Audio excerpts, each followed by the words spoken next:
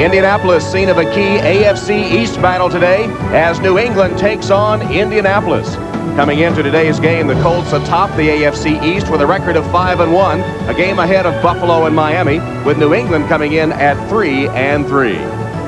Hello, everyone, and welcome to Indianapolis. Tom Hammond and Bob Trumpy. Bob, a key game for the Patriots today if they want to stay in the race, and it's a pretty simple equation. When Drew Bledsoe is accurate with his passes, they win. Yeah, the magic number is 60%.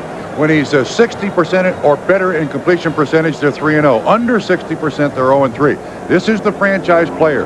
And what Bill Parcells wants out of Drew Bledsoe in big games like this, a smart game from Drew Bledsoe. On the other side, one of the interesting stories of the NFL season so far, the fact that the Colts are 5-1 despite a rash of devastating injuries. As a matter of fact, I think in 1997 they ought to draft a doctor, not a player. Every time somebody gets hurt on the Indianapolis Colts, they seem to be out for several weeks. As you look at the list, Marshall Faulk not playing today, but somehow they've continued to win. The one guy they've kept healthy is Captain Comeback, Jim Harbaugh. He's the one they can't afford to lose, and he has taken a beating in recent weeks, not only sacked but knocked around by the opposing defenses, but he's like that little pink rabbit. He just keeps going and going. Harbaugh and the Colts hoping to solidify their hold on first place in the AFC East. Patriots and the Colts will return to Indianapolis for the opening kickoff in just a moment.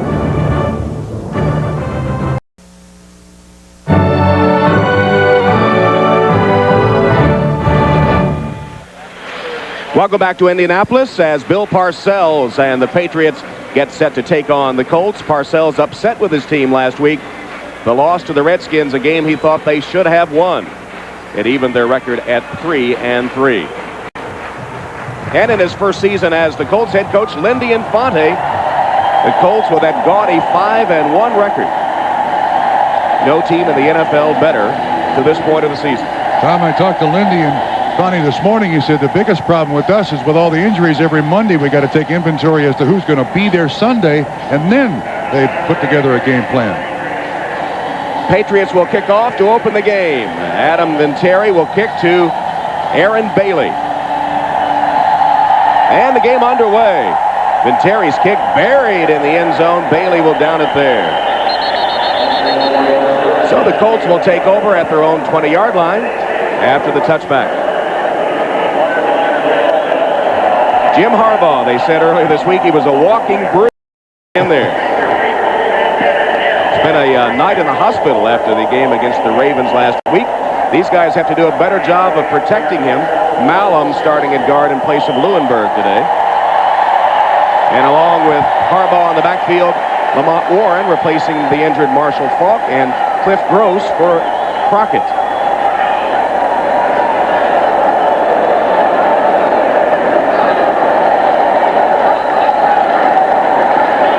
And Lamont Warren with the first carry of the game.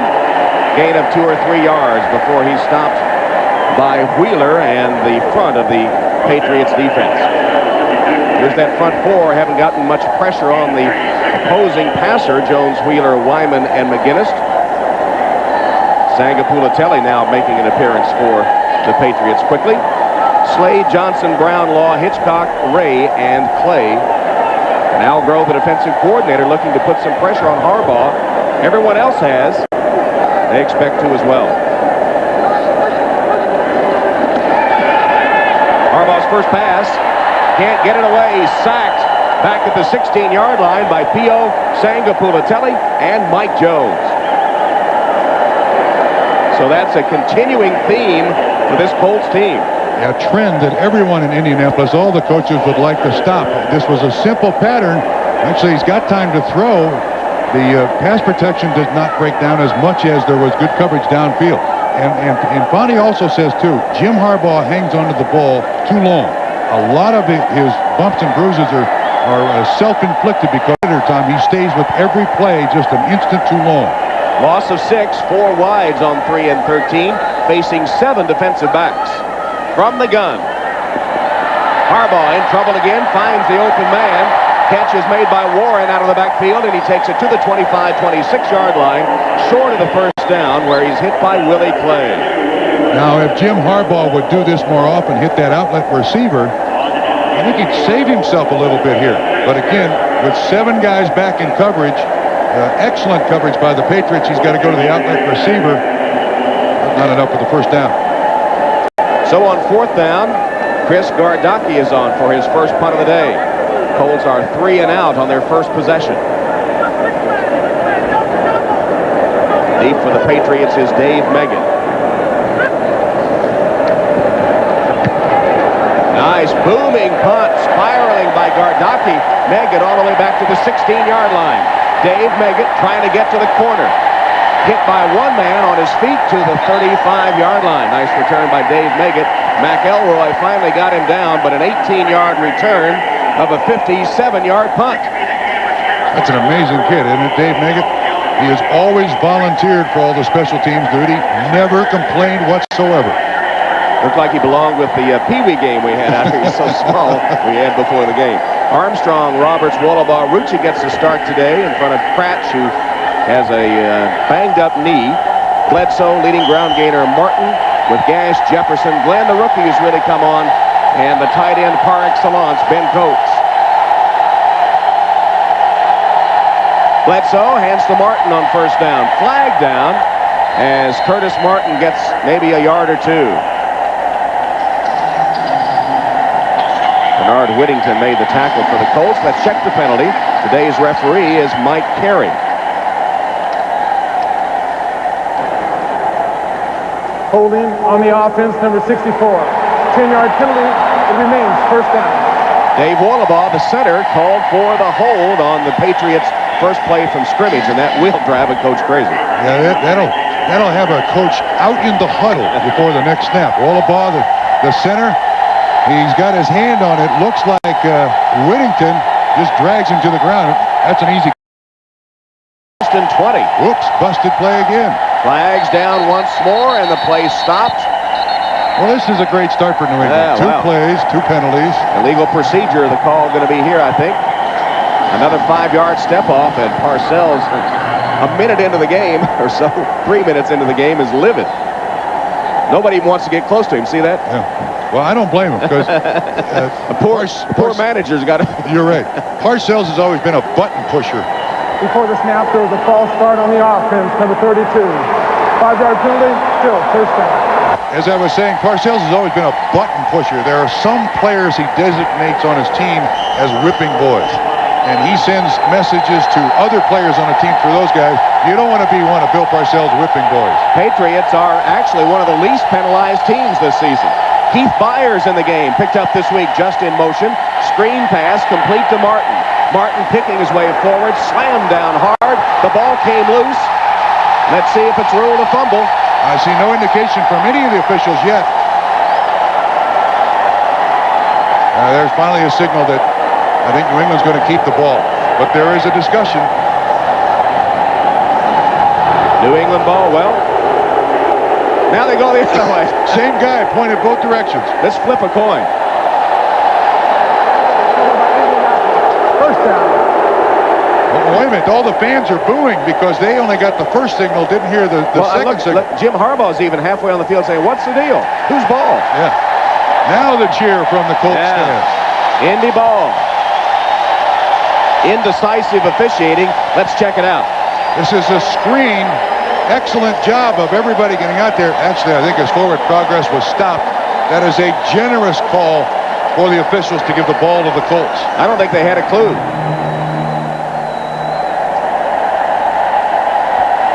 So the first turnover of the game and a break for the Colts. They get the ball at the 19 of New England. How about this? First play, penalty. Second play, penalty. Third play, fumble. Ooh. Talk about ugly starts. Colts try to take advantage of the turnover. First down run to Lamont Warren, the tailback. Got a yard. Whacked down hard by Mark Wheeler with right away from Monty Brown. This is the first time I have seen the New England Patriots in their new 4-3 configuration. That's a defense I think that Bill Parcells has always favored.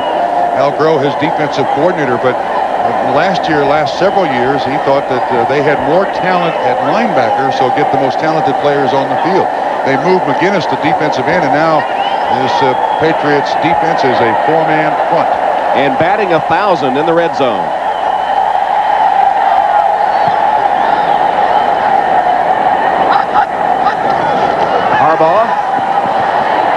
swings it to Warren. Warren, one-on-one with the defense, pounds his way to the 7-yard line. First and goal. Willie Clay driven back on his heels by Lamont Warren, who sets up the first and goal for the Colts. But again now, as I said in the first drive, this little swing pass can really save Jim Harbaugh health-wise. This is a difficult completion to make. One of the most difficult passes for a quarterback to throw. But when you have soft zone coverage, you swing it out in the flat, you let the running back get all bruised and beaten and put him in the whirlpool instead of the quarterback. It was good for 12 yards. First and goal, Colts at the 7 of the Patriots. Cliff Gross with his first carry of the game. Got a couple of yards to the 5. Stacked up by Willie McGinnis and the front of the Pats.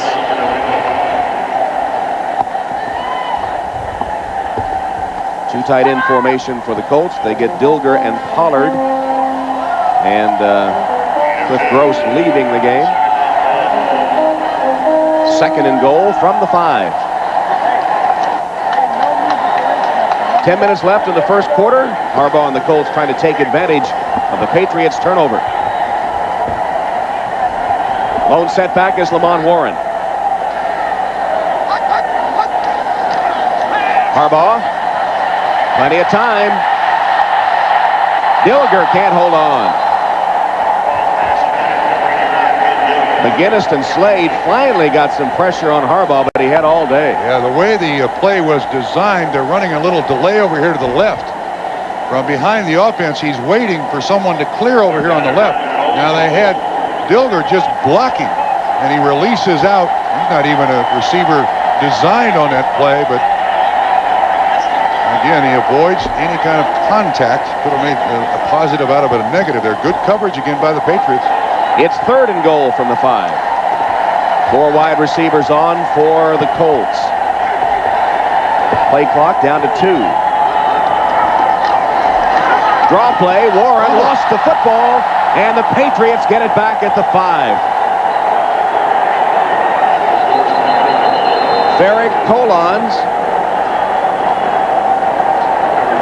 Tom, they had a 4-man front, 7 defensive backs. It's a good call to try to run the draw up the middle. And you're going to see. Let's see if we can see who gets his hand on it. Somebody just sticks their big paw. Colon. Yeah, it is Colon. Yeah. And then McGinnis recovers it.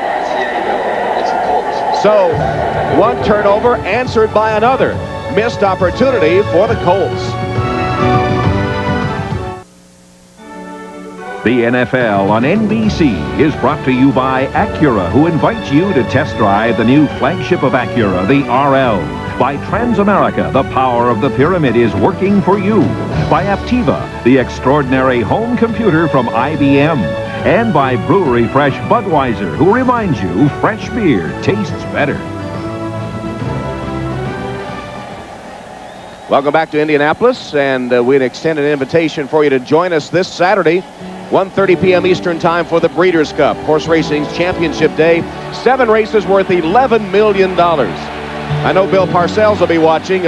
His horse, Sunday at 1, a winner at Belmont Park a couple of weeks ago, and he was heavy on the hip, walking with a list for a while. That horse won at 13-1. Curtis Martin with a carry, got a yard before he stopped by Whittington and Johnson. There is Parcells, a horse racing fan and horse owner. What'd you say the name of the horse was? Sunday at 1. Well, his team didn't show up Sunday at 1. I'll say. Maybe. He has another one, nickel defense. Really? Yep. Well, he's got a dime defense with 7 defensive backs. Right. Well, Collins caused the fumble. McGinnis recovered, but now Patriots trying to drive it out. Just beyond the 5 on 2nd and 9. Pitch to Martin. Got a couple of blocks and cut back for a first down. 25-yard line. Curtis Martin finally tripped up by Tony Bennett. Martin got a couple of key blocks, cut back, and had a big gain, 19 yards. You're going to see the tight end, Ben Coates. He flanks out wide, comes in motion. He gets a big crackback block right. Well, he's already made it. It's on Ellis Johnson, but then this Curtis Martin, what a find. Yep. 10th running back taken in the draft last year. Only played 3 college football games.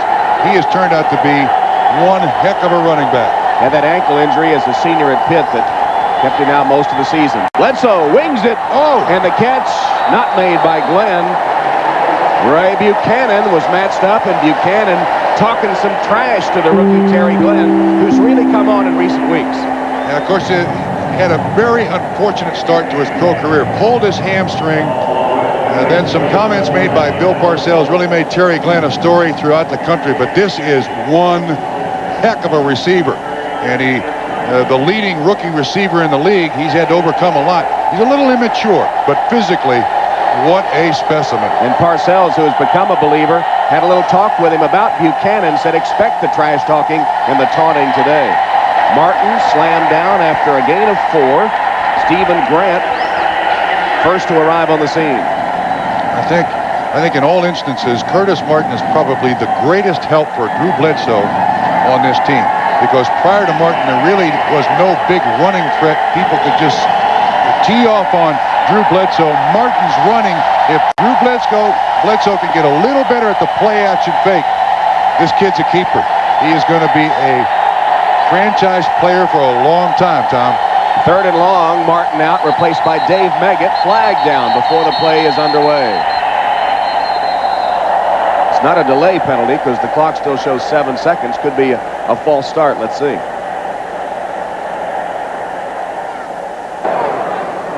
Before the snap, there was a false start on the offense, number 68. 5-yard penalty, still 3rd down. Max Lane starting right tackle, and already the 3rd penalty against the Patriots with 7:58 left in the first.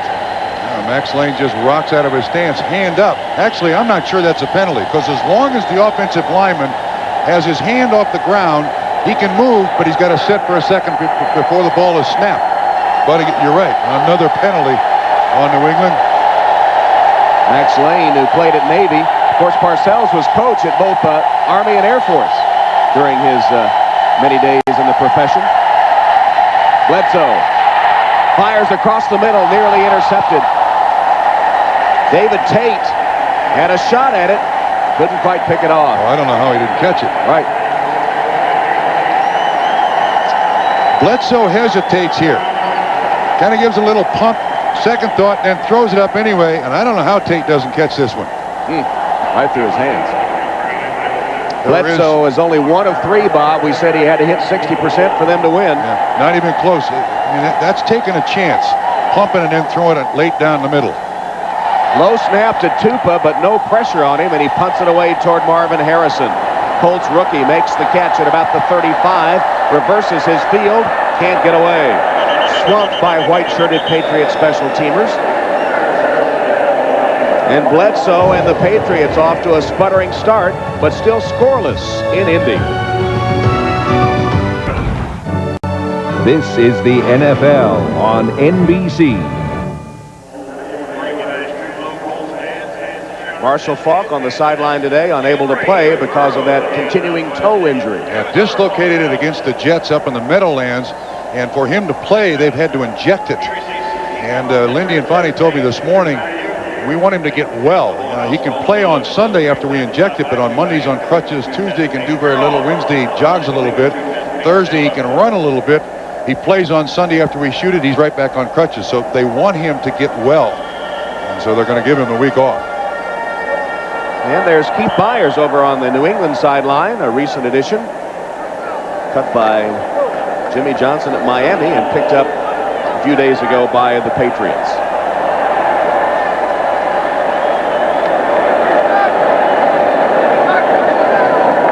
First down play for the Colts after the punt. Sloppy start for both teams.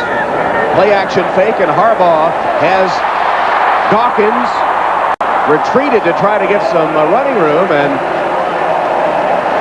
nearly stopped short of the first down. Ray and Slade finally collapsed him, but it will go forward progress, 14 yards, and good enough for the Indy first down. Colts will see an awful lot of zone coverage by the Patriots. You can see the cornerbacks kind of dropping off. It was Willie Clay that dropped off. They need a lot of linebacker help for this zone coverage of the Patriots to work.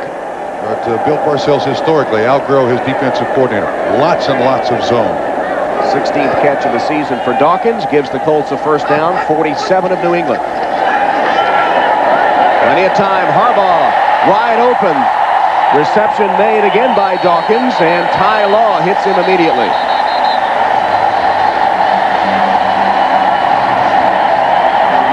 if you're going to play zone, you got to put some pressure on the quarterback. Watch the way the defense deploys. Straight drop back by Harbaugh. You're going to see the receiver just settle down in an area. One of the features of Lindy Infante's offense is that the receivers run option routes. They can run any one of 5 different routes on any given play. And these receivers and the quarterback, Jim Harbaugh, tuned into each other as to what the receiver is going to run, where he's going to be. Dawkins back-to-back receptions for a total of 30 yards. He's wide to the bottom of the screen here on first down. Harbaugh drilled it to Dilger. Dilger with a catch and another first down to the 20. Ty Law finally catches up with Dilger, who took it away from Ted Johnson, the middle linebacker. Dilger was looking for the ball. Johnson was looking at the receiver. I don't know how in the world Jim Harbaugh has the guts to even attempt this. Linebacker coverage on Dilger. Johnson is looking at the ball. He's looking right back at the ball. Dilger takes it away from him. 11-yard gain, and give it all to Dilger. Yeah. Harbaugh drilled it in there, and somehow he hung on. You can't cover a tight end much better. Harbaugh so far riddling the 29th ranked pass defense in the NFL with 5 of 6. There's number 6 completion to Lamont Warren. That's the play they've run already 3 times today. Willie Clay knocks him out of bounds, close to another first down, just short of the 10. And they're trying to get the middle linebacker to run all the way out, number 52, Ted Johnson, and cover this swing pass. You're going to see 52 show up right there. You're asking a lot of a middle linebacker to cover half of this football field on a swing pass out in the flat, and the Colts are taking advantage of it. Gain of 9. It'll be 2nd and 1. Dilger and Pollard, 2 tight ends in this formation with Gross and Warren. Gross has the first down, churning his way to about the 7-yard line, where the Colts had it their last possession, 1st and goal, and end up fumbling the ball away. It'll be 1st and goal again. This has got to be the biggest mystery for people who have been longtime admirers of Bill Parcells. Always had a great defense. But do you realize in the last 3 games, his defense has given up 90 points, even though they've won 2 of the last 3 games? I mean, this guy's been defense since he was born, and he can't seem to get a New England defense to stop anybody. Does that mean that Lindy Infante has been offensive since he was born? Yes, absolutely, and will admit to it. 1st and goal. Harbaugh swing to the other side. Gross drops the ball. Mike Jones bearing down on Harbaugh, got a little hit on him, knocking Harbaugh's pad out of his jersey. Now he's 6 of 8, 71 yards here in the first quarter. Again, we see that theme here. Go into that swing pass, kind of widen the defense, take some of the pressure off. Cliff Gross, although they activated him from the practice squad last year, it doesn't appear to be a running back with very good hands. That's rare on a Lindy Infante offense. All running backs must catch the ball well. 2nd and goal from the 7. Handoff to Gross. Inside the 5-yard line to the 3. It'll be 3rd and goal at that point. Tackle made by Willie McGinnis, but not until Gross had a head of steam. Former Aggie from Texas A&M, a free agent signee who came into the game as the 3rd-ranked rusher on this team. And inside the 20. 1 turnover now after fumbling inside the 20 earlier. They had been, as we said, batting 1,000 before that time. 4 wide receivers here facing the dime defense. 7 DBs. Colts 0-2 on 3rd down so far. Blitz. Harbaugh had it deflected, incomplete. Willie Clay, the free safety, coming on the blitz, deflected the Harbaugh pass. 4th down, they'll have to settle for a field goal attempt. Patriots 4-man front. 7 guys in coverage, and you see Clay untouched comes in there, and Harbaugh has no choice whatsoever but to throw the ball right into the hands of Clay. Good call by the defense, tipped away. And Corey Blanchard is on to attempt the field goal. 21-yard effort for Blanchard, who has been spectacular this year. And this one goes right through. So the Colts march down the field, have to settle for a field goal, but they do take the lead. 2:49 left in the opening quarter. 3-0 Colts. Colts up 3-0 on the Patriots with 2:49 left in the opening period. Chris Gardocki set to kick it off for Indianapolis. Again, that percentage is good on inside the 20, despite the one turnover there earlier today. Megan and Brown awaiting the Gardocki kickoff. But certainly two missed opportunities for the Colts. I mean, it should be 14-0 right here. It's 3-0. You can't miss opportunities like that. The turnover, you got to get the ball in the end zone. They fumble it. And then just 3 points on that very short drive.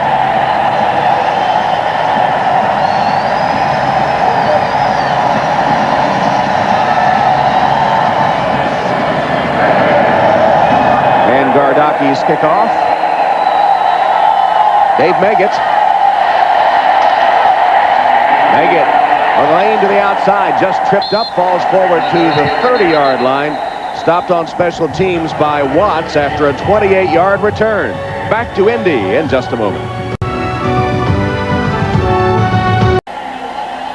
Hope you'll stay with us for a full day of football here on NBC. Coming up next on most of these stations, Game 2 of our NFL doubleheader. Most of you will see another AFC East showdown as the Jets host the Bills.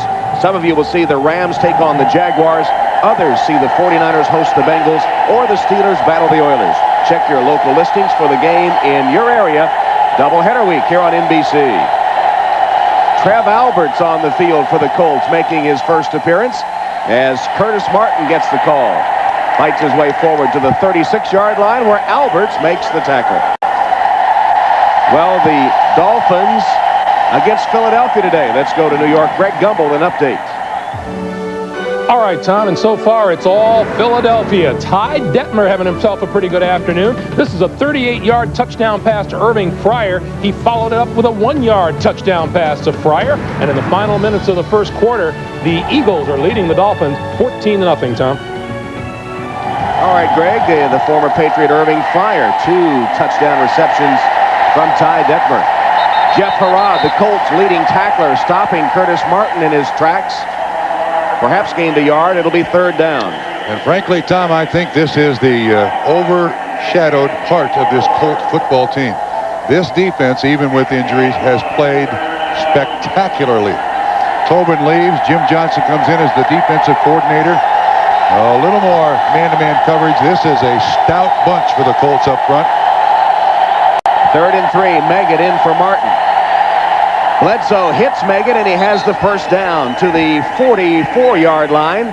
Stopped there by Sammy Burroughs, but the 3rd down specialist, pass receiving Dave Meggett with the first down. Bledsoe does this very well.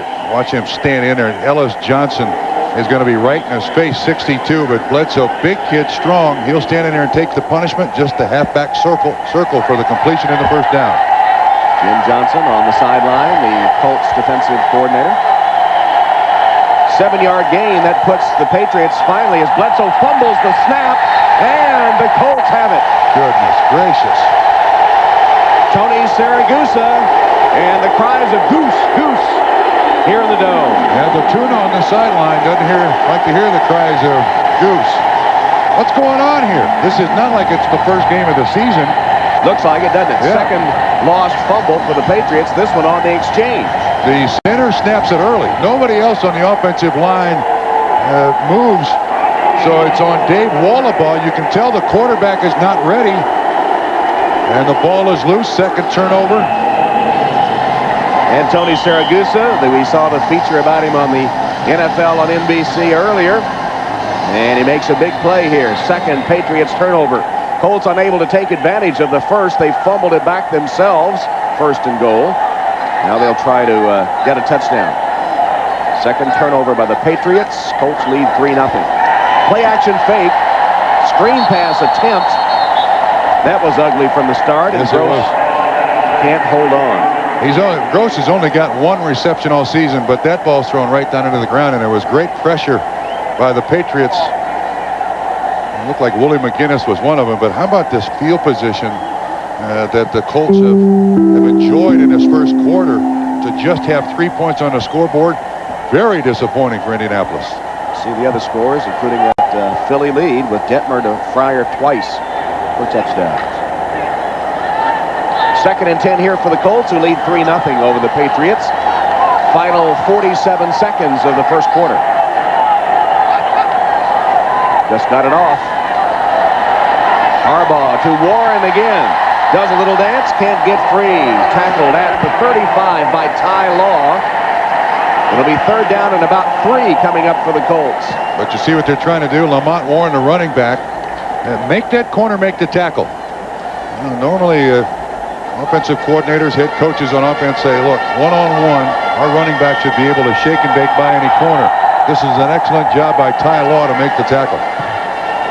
7 DBs again on for the Patriots as Harbaugh lines up in the shotgun with 4 wide receivers. Already Lamont Warren has 4 catches in the first quarter.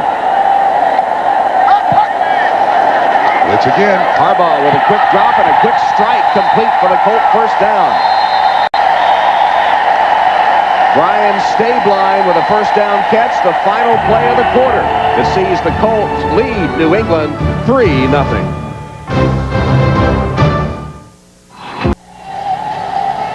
Start the second quarter with the Colts leading the Patriots 3-0. Jim Harbaugh 8 of 12 for 85 yards in that first quarter. As the Colts had 9 minutes and 42 seconds of possession. The 5-18 for the Patriots, who twice turned the ball over on fumbles. And you didn't mention the penalties. Yeah, 3 penalties. Not the kind of start that Coach Parcells had hoped for. And a key game, too. New England in danger of losing touch with the leaders in the AFC East with a loss today and a tough schedule coming up. Indianapolis first down, 28-yard line of the Patriots.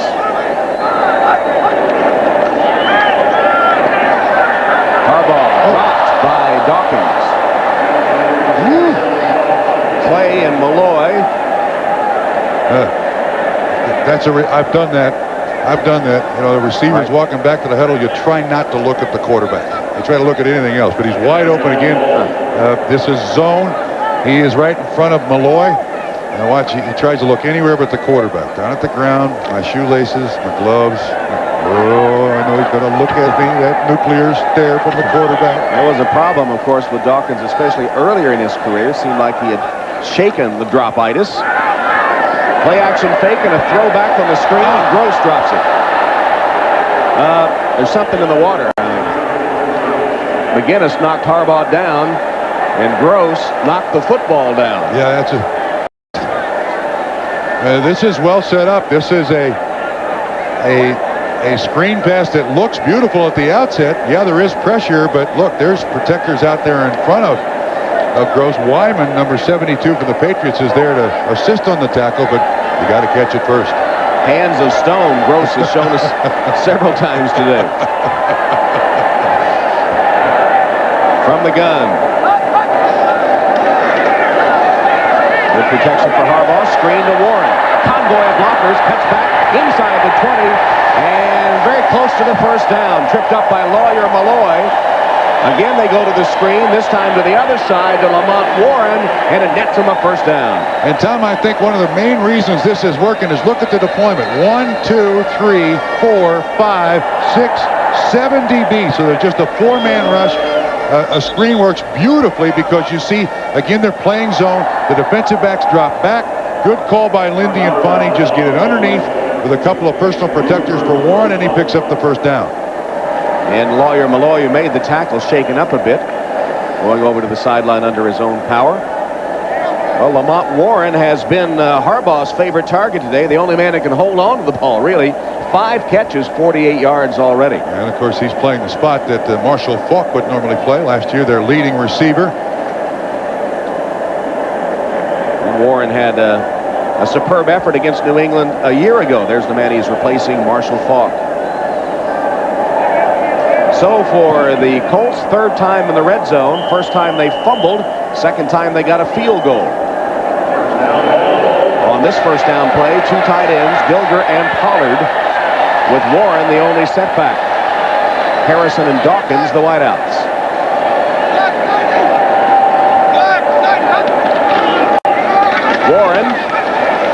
short game. Chris Slade wrapped him up immediately. Run just to keep the defense honest, you know. Actually, I think with the way New England at the outset of this game is deploying their defense in long yardage situations, I think Patriots would, or the Colts would prefer to see that 4-7 alignment. I think they feel like they can do an awful lot against that 4-7 alignment. Now Groh's going to have to come up with something else. Actually, Warren lost a yard on that play. Now 4 carries for a net 2 yards. For the 8th play of the drive. Harbaugh. Dawkins, the intended receiver, defended by Willie Clay. Fans wanted a flag, looked back some contact, but nothing forthcoming. Yeah, I think this is just good coverage. I'm going to see that both Clay and Dawkins are right there when the ball gets there.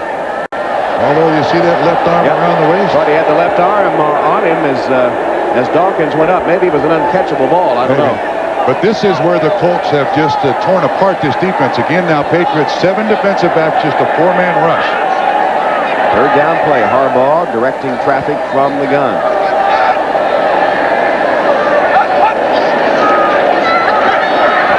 Pressure.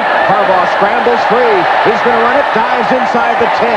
But he'll be short of the 1st down. Covered by Larry Wiggum. And Willie McGinnis was the man that flushed him out. Well, a tough choice here now for Lindy and Fonnie. 4th time down here for his football team in the first half.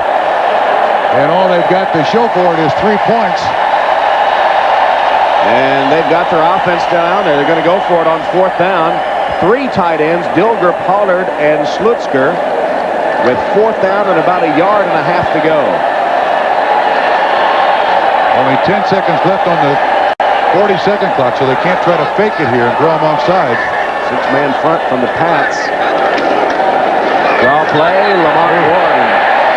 Slammed down short by David Wyman. Wyman, the first man there at the bottom of the stack, and the Patriots take over on downs, holding the Colts on 4th and 1. Now finally something for Bill Parcells to celebrate. After the Colts just went down the field easily. So the Patriots hope this stop by the defense will put some spark in their game.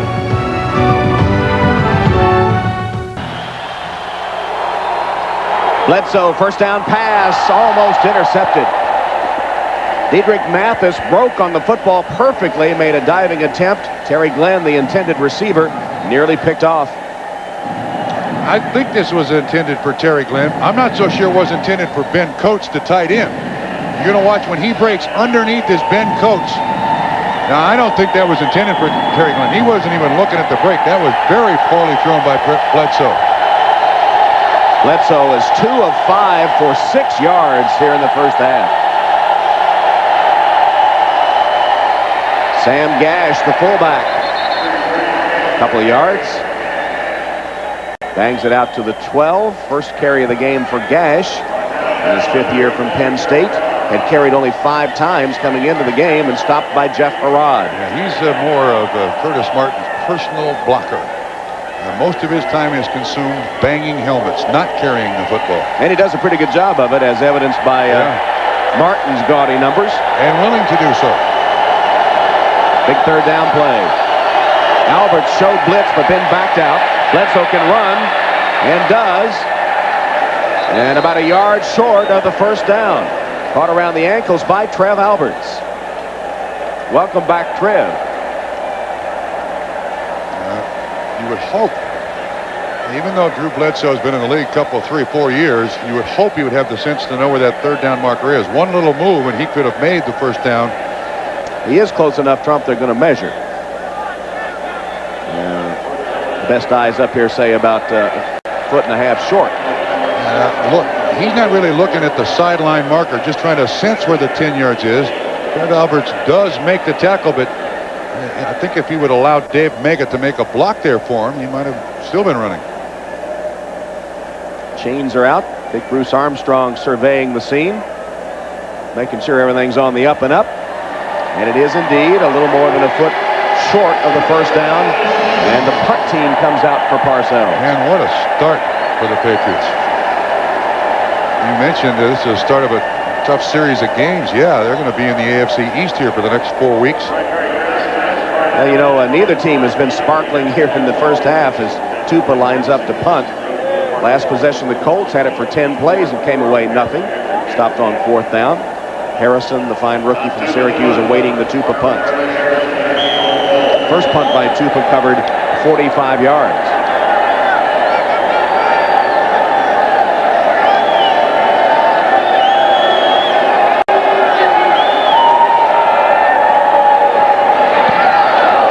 Another boomer by Tom Tupa. Harrison retreats all the way to his 24-yard line. Got away from the initial rush and then is banged out of bounds just across the 30 by Teddy Bruschi. We'll pause for Bruschi after a 58-yard punt was returned 7 yards. Colts inside the 20 3 times today. I said earlier 4, 3 times, 3 points, a turnover. Not good for the Colts so far in this first half. Luckily for them, their ineptness matched by the Patriots. There's a 5-yard walk-off against the Colts for a false start.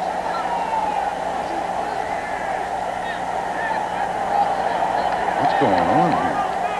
You're right. This looks like an opening season game, doesn't it? Start on the offense, number 85. 5-yard penalty, still first down. First Colts penalty as Ken Dilger called for the false start. These two teams among the least penalized. In fact, the Colts lead that category. And that's their first penalty today, but their overall play has not been sharp. Patriots have been worse.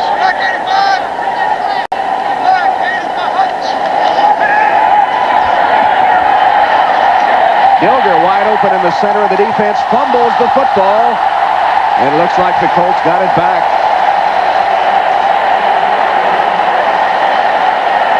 Cliff Gross downfield recovered Dilger's fumble.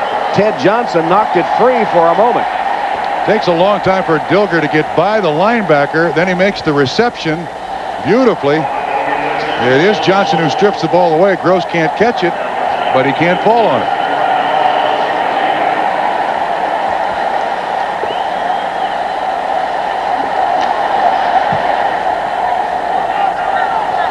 Discovered that Gross can't hold on to that football unless it's against the turf. Maybe that's it. 17-yard gain as it turns out.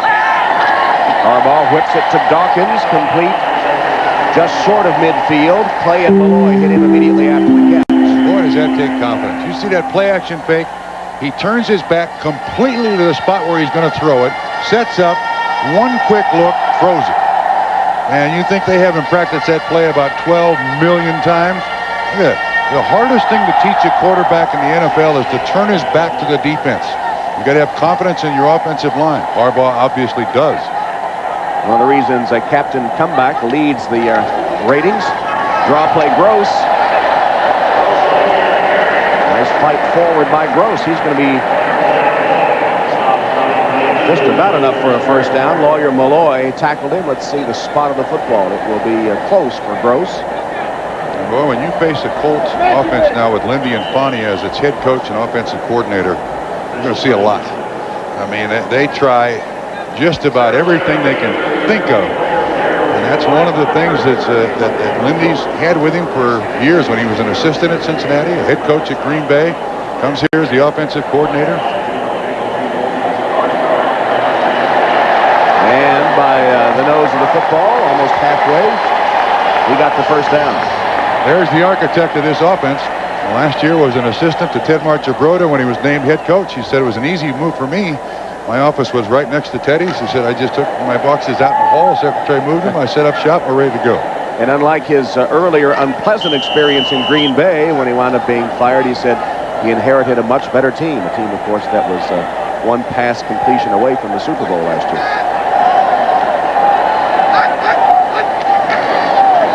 Play action fake again. Harbaugh finds Harrison. Very nice. Colt first down. Harrison on the receiving end of the Harbaugh pass in front of Ty Law. First catch today for the talented rookie Harrison. Tom, sometimes rookies just don't act like rookies, and Harrison is a perfect example here. Not the primary receiver, but what he does is come back for the football. He doesn't just stand there. He moves back towards Jim Harbaugh so he can make the catch. Whereas Lindy's only complaint about Marvin Harrison is he's not 6'3", 220. He'll take everything else. His 22nd catch of the year. That tops the Colts. It was good for 14 yards. Dawkins slipped one man, banged out of bounds. Well, they do spread it around, don't they?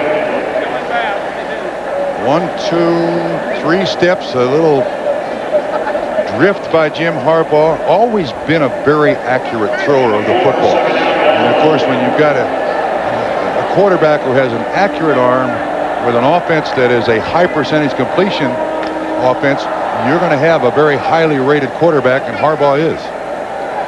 4 catches for Dawkins, averaging 10 yards a pop.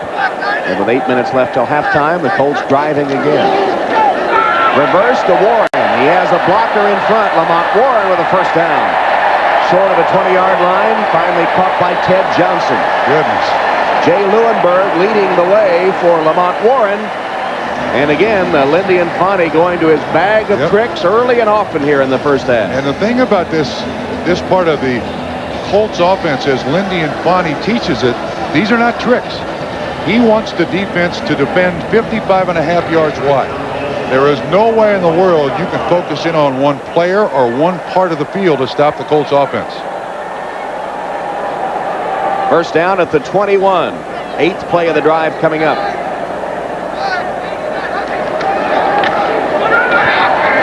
The give is to Workman, his first carry.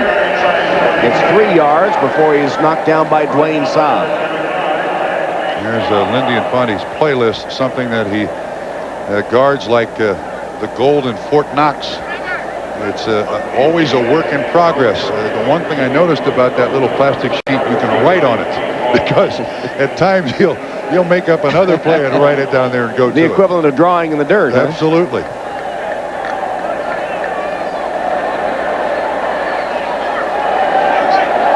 Two tight ends, Bilger and Pollard on second down. See the time left. Colts leading it 3-0. Harbaugh setting up a screen. It was intended for Pollard, the tight end. Mark Wheeler was in there to disrupt things, and Harbaugh went down again. And you know what? I think Harbaugh had a good look at all the mess over there for that tight end screen, and he was going to make sure that it was not picked off, so he threw it very low. And he's checking his playlist on his arm. There's a close-up of what that looks like. Looks like the Indianapolis phone book, doesn't it? There's a lot on there. Here we go with the 7 DBs now for the Patriots. Colts have done a good job against this. 4 wides. Pressure. Threw it away. Just before Chris Slade arrived on the scene, and Mike Jones was bearing down on Harbaugh too. Excellent coverage that time by the Patriots. Took away everyone, and there were absolutely no receivers available. The offensive line the Colts try to cut down the defensive line of the Patriots. And Slade with excellent speed catches Harbaugh. He hasn't been down too much so far today. No, he has not taken the beating he normally takes, but then New England has not gotten much pressure on quarterbacks all season long. Blanchard on 4th down to attempt the field goal. It's 35 yards. And it is good. Blanchard 2 for 2 today, and he gives the Colts a 6-0 lead on the Patriots with 6:12 left till halftime. And speaking of the Breeders' Cup, that is not Julie Crone, and that horse will not be in the Breeders' Cup. Actually, that looks like one I bet on occasionally. Yes. They always look like that first horse when I bet on. When they finish, they look like that last horse. Gardaki's kick to Troy Brown. Brown with a head of steam straight up the field. Cuts it to the outside, still going across the 30 to the 35-yard line, just short of the 35 when it's marked. 6-0 game, but Patriots are in it despite the fact that Indianapolis has dominated the first half. Isn't that absolutely amazing? Just 6-0, the fourth time now that the Colts have been down in or around the 20, just 6 points. Time of possession, Colts 17:06, Patriots just 6:42. But look, there's still life for this Patriot football team in this first half. They can salvage this first half with a good drive here. They have only 2 first downs in the first half. Bledsoe, play action fake, on target. Pass complete for a New England first down to Sean Jefferson. Play covered. About 14 yards. 15. First catch of the day for Sean. That looked awful easy. Why can't the Patriots do that more often? Looked in sync finally, didn't they? Yeah, they don't jump off sides or hold, it'll be all right. 50% completions for Drew. That one a little high, pulled down by Glenn. Was he in bounds? Yes. Catch by Terry Glenn, and a pretty one in front of Ray Buchanan. This is a whale of an athlete, this Terry Glenn. There is no telling what this kid's going to end up being. This is a big stretch. Watch that second foot go down. Excellent job. You know, straight out of college, right? You have a lot of young receivers who forget to drag that second foot. 14-yard gain on that one. And suddenly the Patriots are driving. Draw play, Martin. Nothing there. Stopped at the line of scrimmage by Bernard Whittington.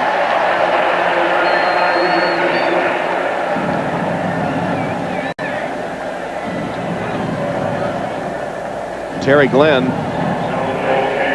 one of several former Buckeyes that have made an immediate impact. That's quite a trio. Yeah. And when you consider how good they are this year, it's amazing. Yeah, Ohio State's still undefeated, and they lose 3 first-round draft picks and a Heisman, one of them being a Heisman Trophy winner. Never missed a beat, and maybe better than last year. Martin on the sweep. Good defense by Tony Bennett of the Colts. Loss of 2. That was outstanding. They had Ben Coates come in inside motion, block him. He fights off the block, comes around Ben Coates to assist on the tackle. You're going to see Ben Coates make the contact with Tony Bennett. He fights off the block, stays after the play. That's a whale of a job by Tony Bennett. Also an assist there to Steve Morrison. He made the play come back inside. And it sets up a 3rd and long.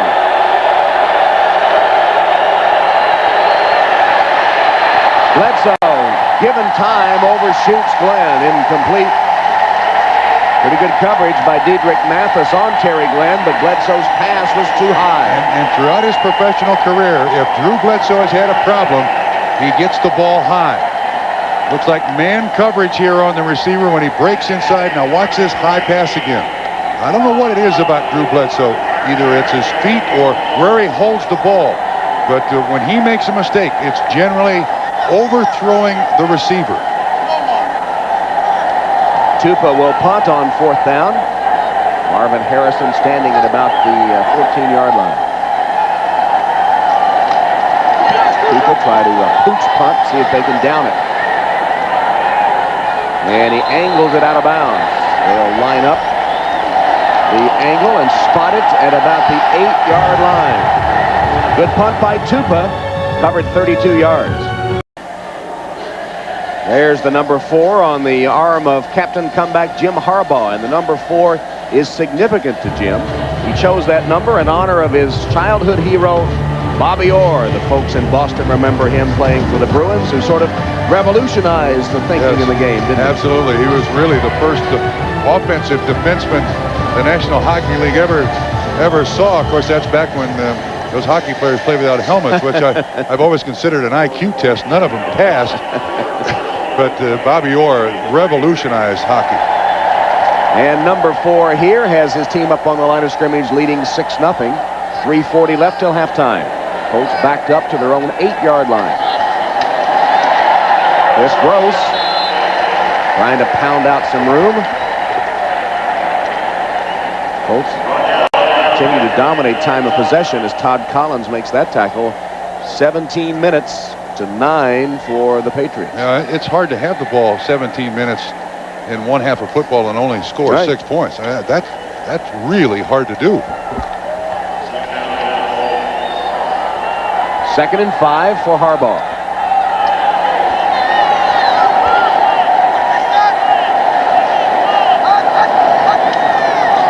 Play action fake. Harbaugh again to the flat. Catch made by Dawkins. That's his 5th reception of the first half. Willie Clay knocks him out of bounds, but the Colts get a first down. When you got a cornerback who's sitting almost 10 yards deep when the ball is snapped, why not take advantage of that cushion? And one of the things that this Lindy and Fonte offense is able to do is there is seldom a primary receiver when the ball is snapped. I mean, the quarterback must read the coverage. The receiver must read the coverage, and you just take advantage of the softest coverage. Throw it to that guy. 5 catches, 50 yards for Sean Dawkins.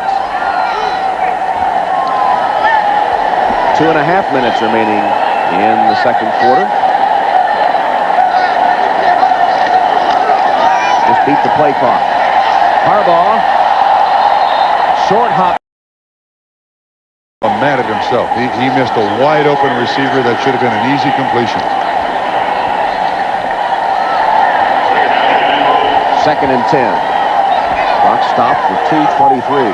Gilder flex now, the tight end, in the slot, bottom of the screen.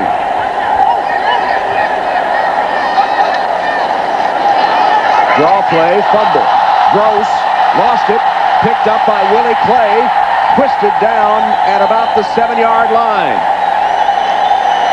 This has become a comedy reel on both sides. Willie Clay picks up Gross's fumble.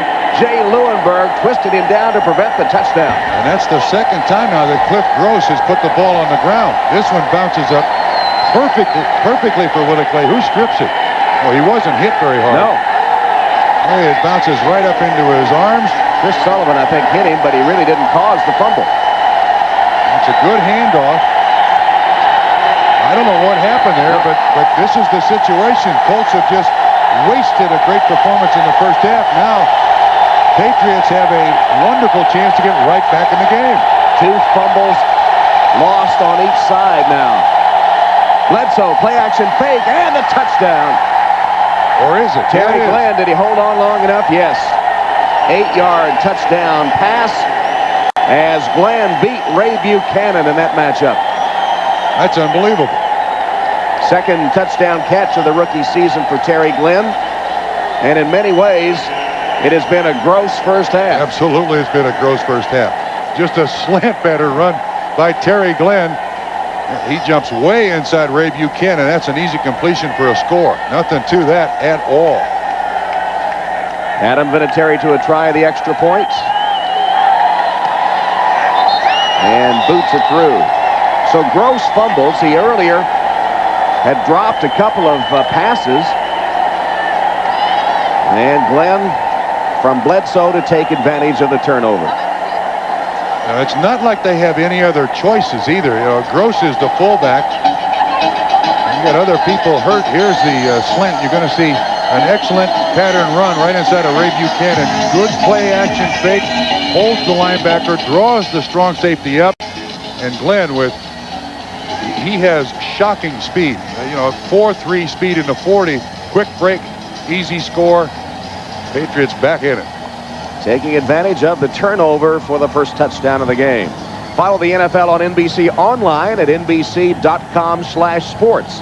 This week, Gil Brandt breaks down free agency in the NFL, the winners and the losers, plus feature stories, game coverage, and our weekly online viewer poll question. That's all at NBC.com/sports. Man, what a half. This is one of the strangest halves of football I think I've ever seen. Well, the Colts had so many opportunities, squandered nearly all of them, and sort of a typical New England-Indianapolis game. They've all been close, and they haven't always been things of beauty. Vinatieri's kick to Aaron Bailey. He'll down it in the end zone for the touchback. And with 2:05, the Colts will have one play before the clock stops for the 2-minute warning. Now, you said that this one has not been very attractive. This half has had warts on it. I mean, this is lesions. This is past ugly. This is grotesque. Well, on that note, we will remind you that Greg Gumbel, Mike Ditka, Joe Gibbs, Chris Collinsworth are in the studio for the Domino's Pizza Halftime Report. Scores and highlights, and they'll also take a look at the great Jerry Rice. It's coming up at halftime here on NBC. Cliff Gross, his fumble led to the Patriots' go-ahead touchdown. And he is on the sideline. Lamont Warren next to Harbaugh in the shotgun.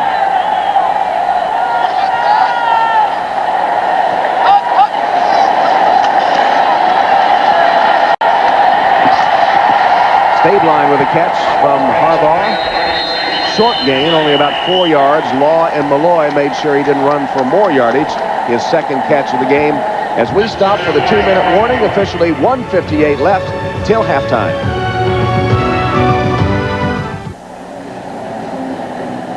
Drew Bledsoe with a touchdown pass. The extra point put the Patriots up by 1. 11 different quarterbacks have beaten the Colts. I don't know if that's good or bad. Yeah. You know? I mean, I know these two have played an awful lot, but that's a lot of quarterbacks. That's a whole bunch of quarterbacks. Eason, Doug Flutie.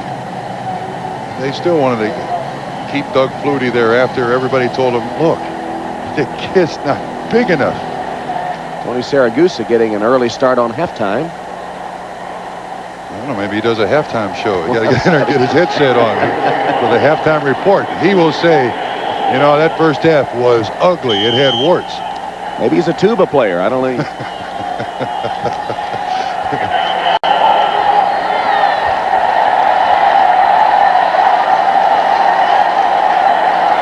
Harbaugh facing a second down from his own 24-yard line.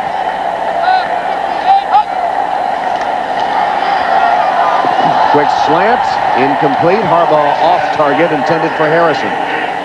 Yeah, those slants, the key is you got to throw the ball at the receiver's body.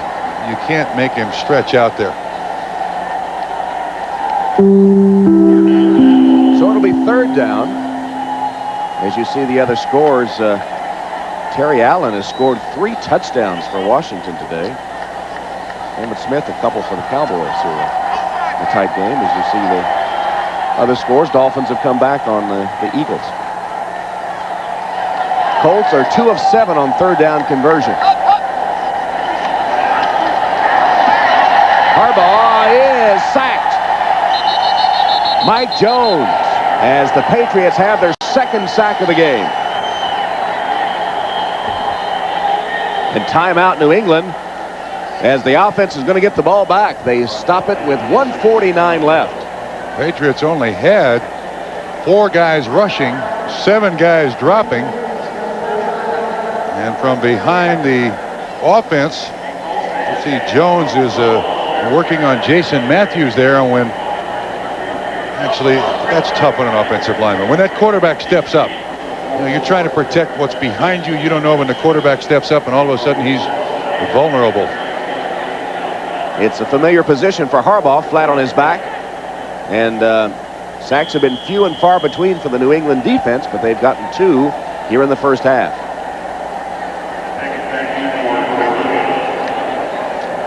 Gardocki will punt. Tom, both the teams going to go in here at halftime shaking their heads. Wow. So will the commentators. First punt was a boomer for Gardocki. Meggett awaits the second.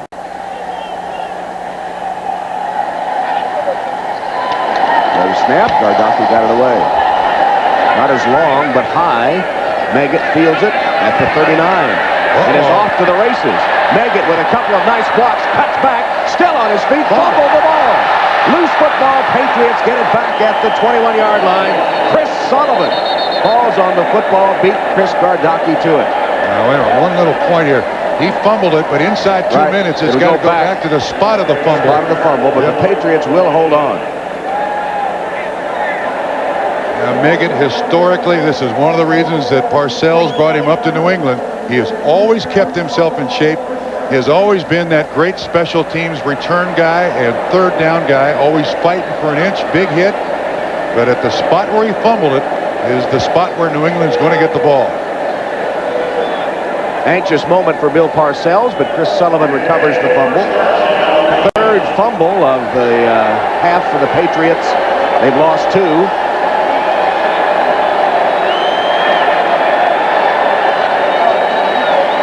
Colts have lost 2 fumbles. There's a look at Sullivan, who saved the day for New England on that one.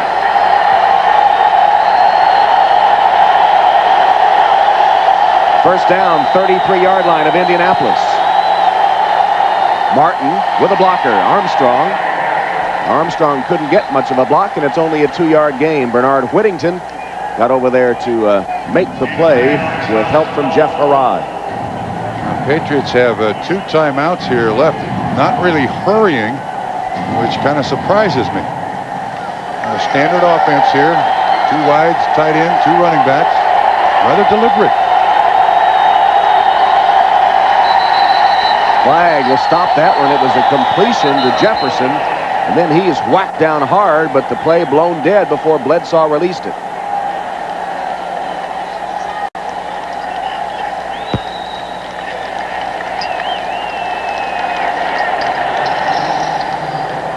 Before the snap, there was a false start on the offense, number 88.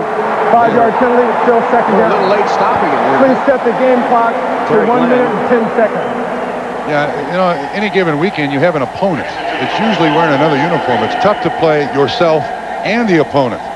That is the 4th penalty of the half against the Patriots. Parcells has got to be wondering, wait a minute, what did I tell him that I shouldn't tell him again, or what didn't I tell him that I should tell him again? And yet they lead 7-6. Have the ball on the 36-yard line of the Colts.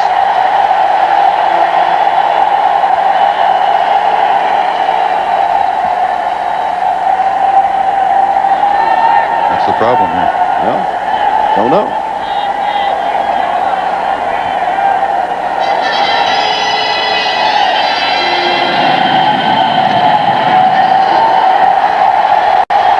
Second and long for Bledsoe.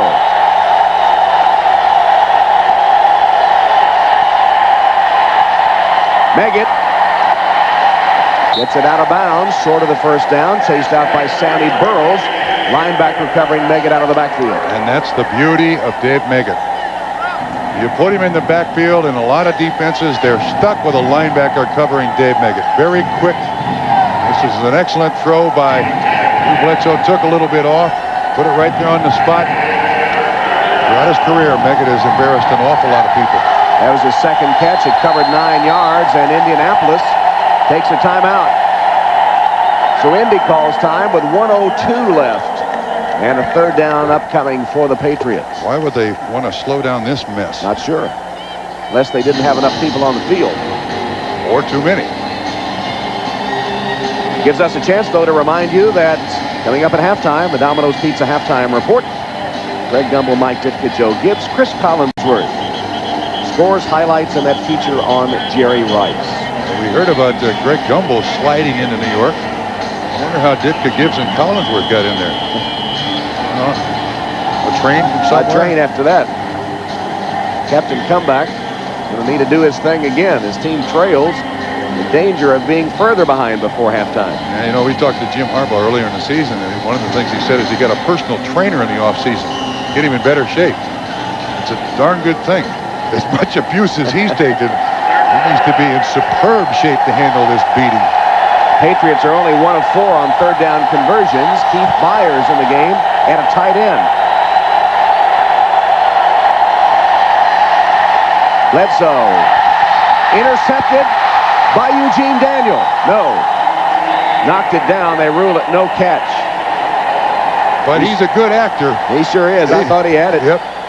He stuck his one arm in there, and it made it appear that he had come up with the interception. This is good coverage. Sticks that right hand in there, knocks it away. We were seeing it from the backside. Of course, that end zone shot shows you exactly what he did. But the veteran Daniel in his 13th season knew just what to do. He gave it a shot. Fourth down, and Bledsoe talking to Parcells. Now they've got timeouts. There's no reason to hurry here. Incomplete incomplete pass. The clock is still 23 seconds, so they're in good shape. 4th down and 4, and New England will go for it. Passing up a field goal attempt. 9 of 17 on 4th down conversions this season.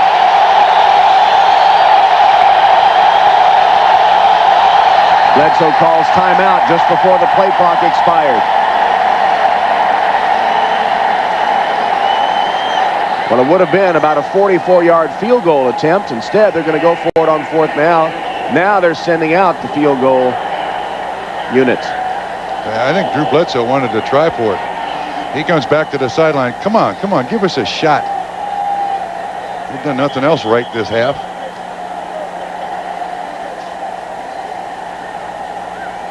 Talking to his backup quarterback, Scott Zolak. So Adam Vinatieri is out to attempt a 44-yard field goal.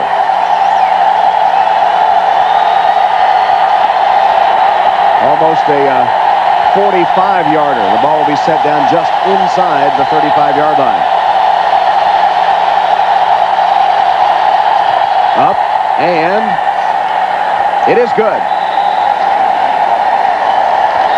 So the New England Patriots add to their lead, officially 44 yards for Vinatieri. Bledsoe wanted more, but they'll go to the locker room. Unlikely leaders in this first half after they saw the Colts march up and down the field, dominating time of possession, getting only 2 field goals to show for it. Now 10 points on turnovers. How big are turnovers in the NFL? Time and time again, they certainly increase your odds to win if you take advantage. If you're on the plus side of the give-take or the take-give, you're going to win more than you're going to lose.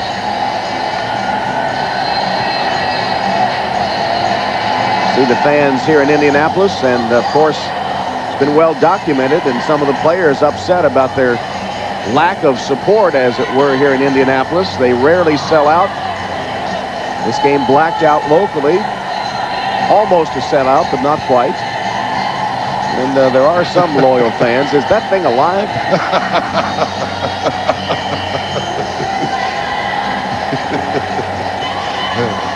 Vinatieri's kick.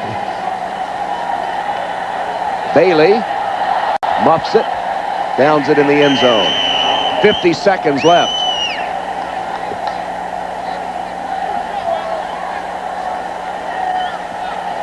So Harbaugh has 50 seconds, trailing now by 4. Well, this Colt team wins, but they never make it easy on themselves. Well, that's true. I mean, last year, all the close games, they can't stand success.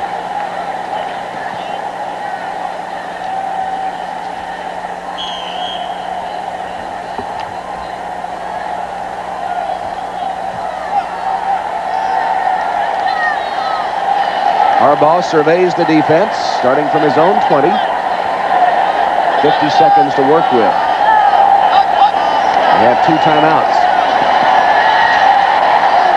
Lamont Warren can't get away. Good open field tackle made by Teddy Bruschi. Oh, that was well done. There were 3 blockers out there for Lamont Warren, and Bruschi still makes the tackle. That was well done. Chris Slade bearing down on Harbaugh, forced him to throw it short. Warren's 6th catch, but it amounted to nothing. In fact, a loss on the play. It'll be 2nd down 17 as we count down from 17 seconds. And they are going to have to run one more play.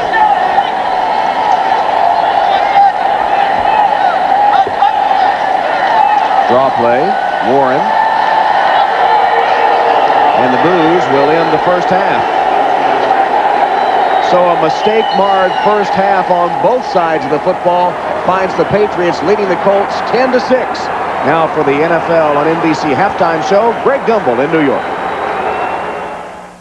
This is the Domino's Pizza NFL on NBC halftime report, brought to you by Domino's Pizza. For hot and wow, call Domino's. Now. And we welcome you back to our studio in New York. Greg Gumbel along with Chris Collinsworth, Mike Ditka, and Joe Gibbs as we run... Hi, Mike. As we run down the scores and highlights for you. And we'll begin with the game in Philadelphia, where at halftime the Eagles are leading the Miami Dolphins 21-11. Dan Marino designated as the emergency QB today. He's missed a month with a broken ankle.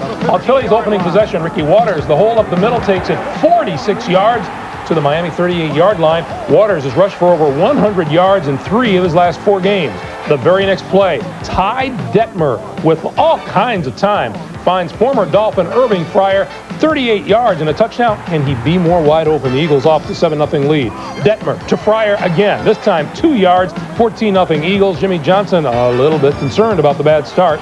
It was 14-3 Eagles. Erickson to Randall Hill for 6 yards. The Dolphins added a 2-point conversion to close to within 3 at 14-11. But the Detmer to Fryer combination is clicking today.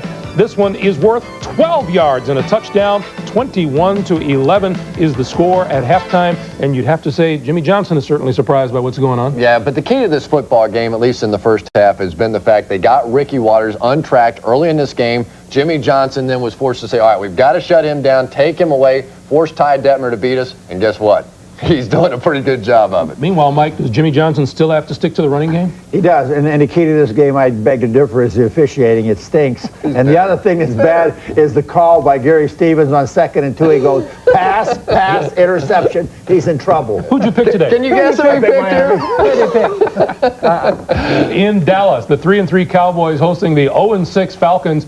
The law of averages on the Falcons side today. They lead it by 1 at halftime by a score of 18-17. The game that you are watching in Indianapolis, the Patriots are leading the Colts by a score of 10-6. And Joe, the Patriots have had problems inside the 20-yard, or the Colts have had problems scoring inside the 20-yard line today. Well, I think they've had problems, as we talked about before the game, period, scoring because of the offensive line play right now.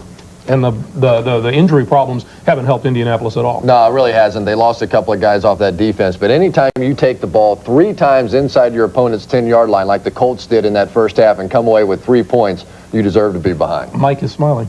Oh, it's just great defense on the part of the You're Patriots. losing. All right, in Washington, how about those Redskins? The Redskins at halftime leading the New York Giants 28-0. Terry Allen has scored 3 touchdowns for Washington. Darrell Green has returned an interception, 68 yards for a touchdown, and you're looking like a proud papa over there, Joe Gibbs. How come I couldn't do this to the Giants? These guys, I mean, can you believe it's not going to be the Cowboys leading the division, not the Eagles, it's going to be the Redskins, 6-1. Because the Giants didn't have Dave Brown quarterback when you played him. I knew it was coming. All right, guys, and in Redskins. Carolina, the Panthers hosting the New Orleans Saints. The Saints lead it by 1 at halftime. The score is 7-6. When we come back, we'll hear from the great Jerry Rice. His 49ers host the Bengals in one of our doubleheader games today, and we'll get to that right after these words from your local station.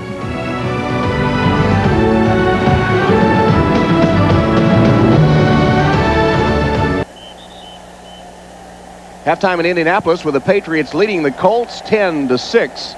And, Bob, that was about as ugly a first half as we've seen this season, I'd say.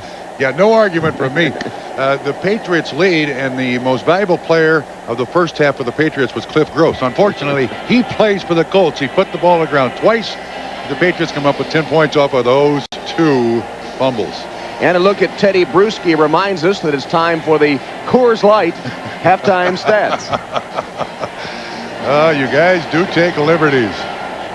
But you can see the yardage by Indianapolis, excellent, but it's just the 2 turnovers. Look at the 20-10 right. in time of possession. Colts have done everything that they wanted. They've been in inside the 20 4 times, 2 field goals, a fumble, and they lost 1 on a 4 down. So, I mean, it's just been an awful half. Squandered opportunities by the Colts, and the Patriots, normally the best in the league in first downs, had only 5.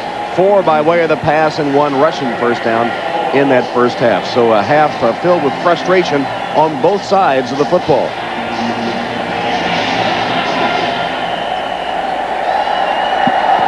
And here's the kickoff. Gardocki sends it downfield on a bounce, picked up by Troy Brown.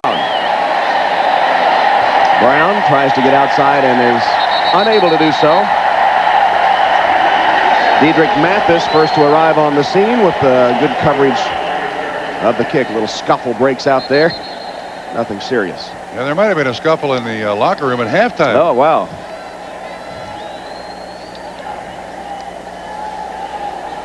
Drew Bledsoe left the field at the end of the half, wanting to go for it on 4th down as they took the field goal instead. 6 of 11 in the first half. the magic number again on Bledsoe, 60%. Patriots are 3-0 when he hits 60 and 0-3 when he doesn't.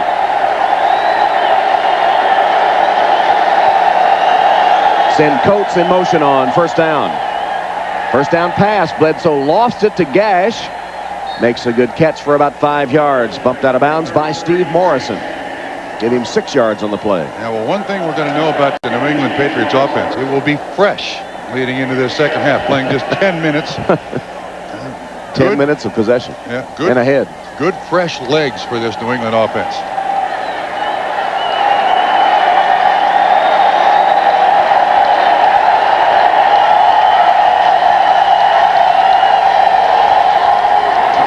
Delayed handoff. Curtis Martin will be about a yard short of the first down, tripped up by Ellis Johnson. Check those other scores. Boy, Irving Fryer, the former Patriot, with 3 touchdown catches from Ty Detmer today. He never seems to age, does he? Curtis Martin now with 9 carries, 33 yards. It's third down and 1. It's going to be 3rd and 6. Max Lane for the second time with a false start. And this is the way the first half started. There was a false start on the offense, number 68, 5-yard penalty, third down. Well, you hope that your team is ready mentally to play, but Max Lane is right there in motion, and he really breaks out. Is there something going on in Indiana this weekend? Notre Dame kind of looked like this yesterday, flat. Yes, it did. Bledsoe loads it up and fires it incomplete, intended for Coates. Too much on it. And on their first possession of the third quarter, the Patriots will give it up. Tom, remind me, isn't that the first pass attempt in the direction of Penn Coates? A couple that were close to him. We couldn't decide whether they were intended his way or not. But yes, the first one we know for sure was headed toward the Patriots' leading receiver. Marcells just took a chunk out of Max Lane as he walked by. A large bite. Tom Tupa will punt.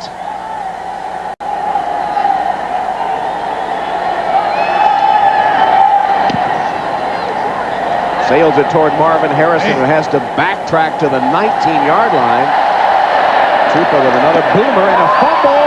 Patriots have it. Marvin Harrison with the 3rd lost fumble by the Colts. Mario Greer with the fumble recovery after that 58-yard punt.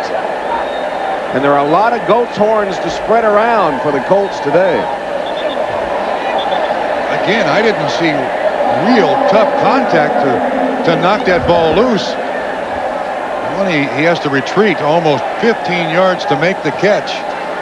Who makes the hit? Actually, it looked like number 86, I believe, who was the punt snapper. That's Mike Bartram, the tight end, makes the contact, and then the recovery, and great field position again for New England. One thing the Patriots have done well today is take advantage of the Colt turnovers. Curtis Martin bounces to the outside, got a great block. Bumped out of bounds after a gain of 9 or 10 yards by Ray Buchanan. It was Bruce Armstrong, the perennial All-Pro, that opened it up for Curtis Martin. He pulled from the far side tackle to have that lead block in front of Curtis Martin. And Armstrong, one of those great offensive line, he just parks Stephen Grant. And Curtis Martin does a great job of just staying there, waiting for that block to take place, then exploding for the first down, or almost 10 yards for the first down. Just a yard shy, second down. Martin has the first down, first and goal. Patriots spot the ball just inside the 5. Sammy Burroughs, the bottom of the stack. Help from Bernard Whittington, but not until Martin had the first down. I'm getting the feeling that the Colts are now thinking that the footballs used today are visiting footballs, not home footballs. First and goal, New England. Gash and Martin in the eye. Curtis Martin cuts back, tripped up at about the 2-yard line.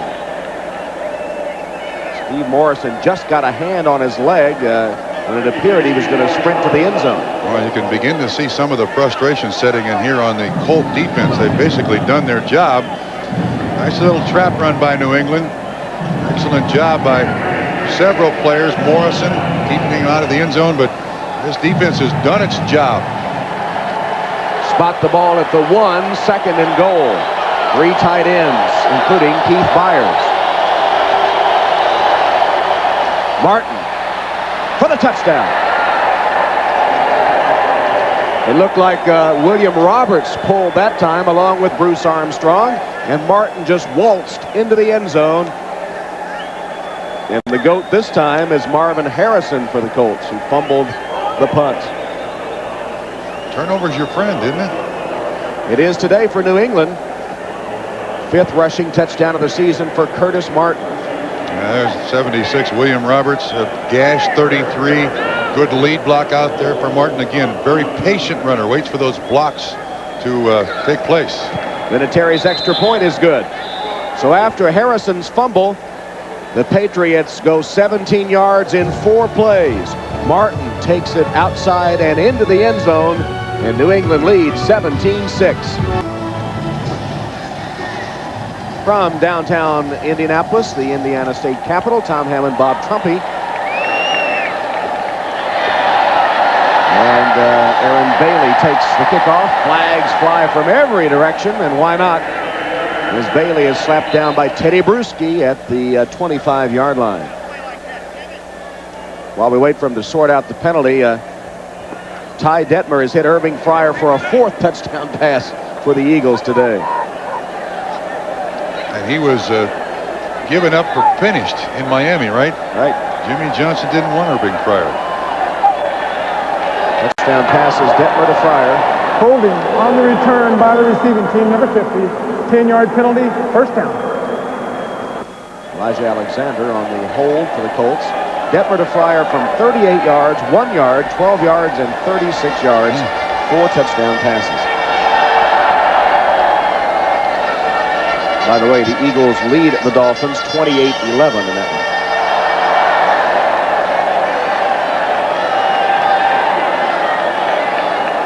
3 turnovers,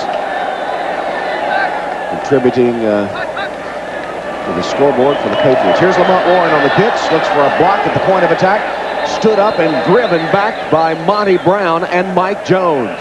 And for an update on the Dolphins and the Eagles, let's go to Greg Gumbel in New York. Greg?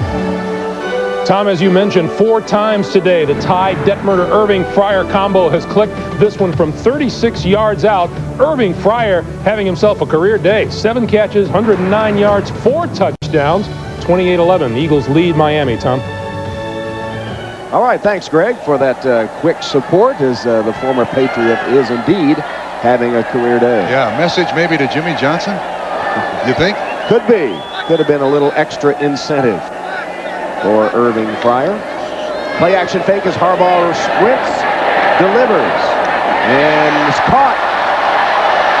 Harrison winds his way to the 30-yard line, and a Colt first down. Ty Law finally tracks him down with help from Mike Jones, who was putting the pressure on Harbaugh. Tom, once you see Harrison make the catch, excellent move, but watch what he does when he catches it. He can't wait to get both hands on the ball. He almost dropped it again, then covers it with both hands to make sure he doesn't fumble it. But a nice completion. That one for 15 yards. Colts first down.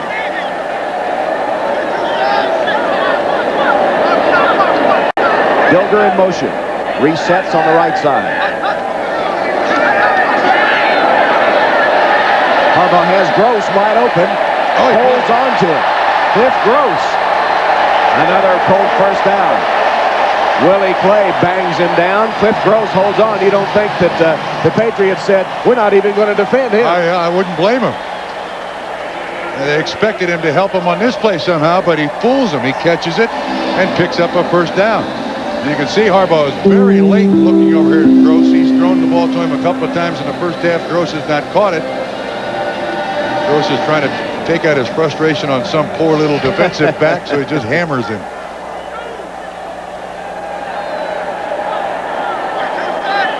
18 and 29 for Captain Comeback.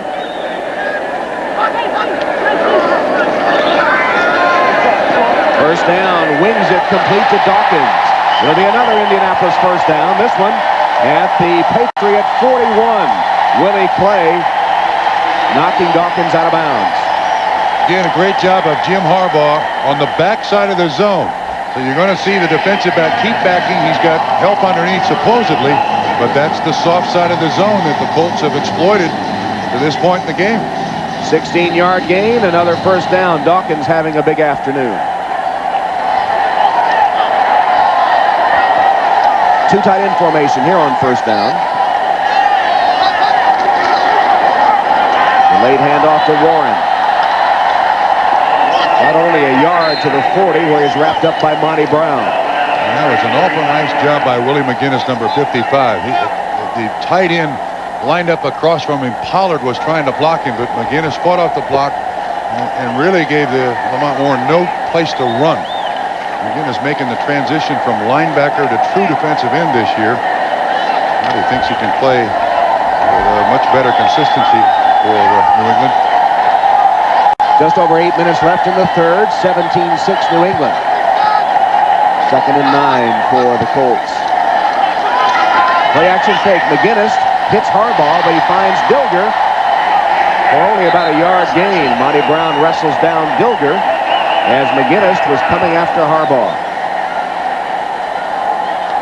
This is a very shallow cross run by the tight end. The middle linebacker picks him up, gives him a little shove. That's legal and shortens the pattern. It started out being 5 yards deep, and with that push, it made it 2 yards deep. And did he gain anything at all? Yeah, maybe a half yard. All right.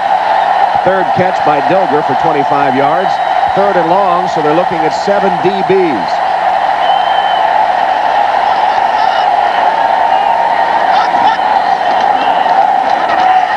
Harbaugh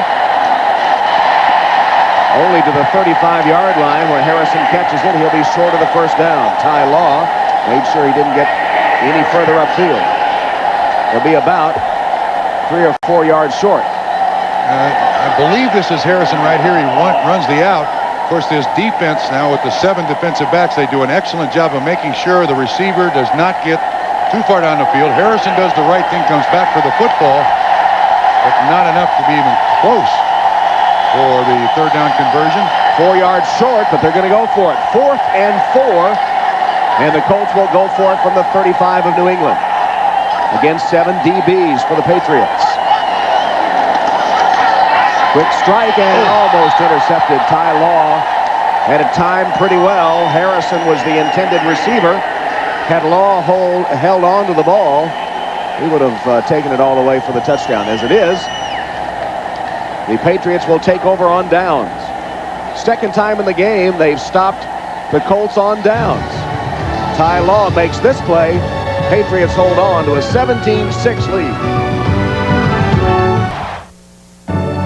This is the NFL on NBC. Back in Indianapolis, number 24, the Colts fought the law, and the law won. Ty Law, yes.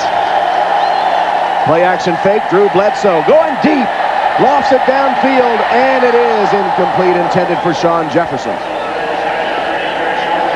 Diedrich Mathis was running with Jefferson, who appeared to have a step, but the ball sort of hung up there too long, and Bledsoe now falls to 50% completions, 7 of 14 for 59 yards. Yeah, 59 yards, 17 points on 59 yards. Look at that. 7 first downs, 17 points, 118 yards, 17 points. They've had touchdown drives of 8 yards and 17 yards. That's amazing. Courtesy of Colt miscues. Bledsoe finds his outlet man, Gash.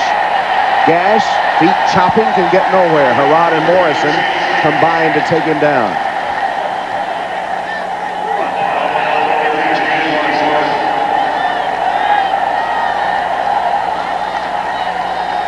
Five-yard gain. It'll be third down for New England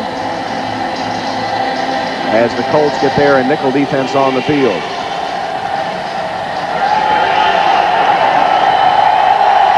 Keith Byers in the backfield along with Meggett. Coates in motion. Bledsoe's pass is complete. First down at midfield, Sean Jefferson. Coach paying so much attention to Dave Meggett. You're going to see Meggett come out of the backfield right here, and it really opens up a nice little lane for the pass to Jefferson. See, Meggett drew that guy out, just opened the defense underneath Sean Jefferson for an easy completion.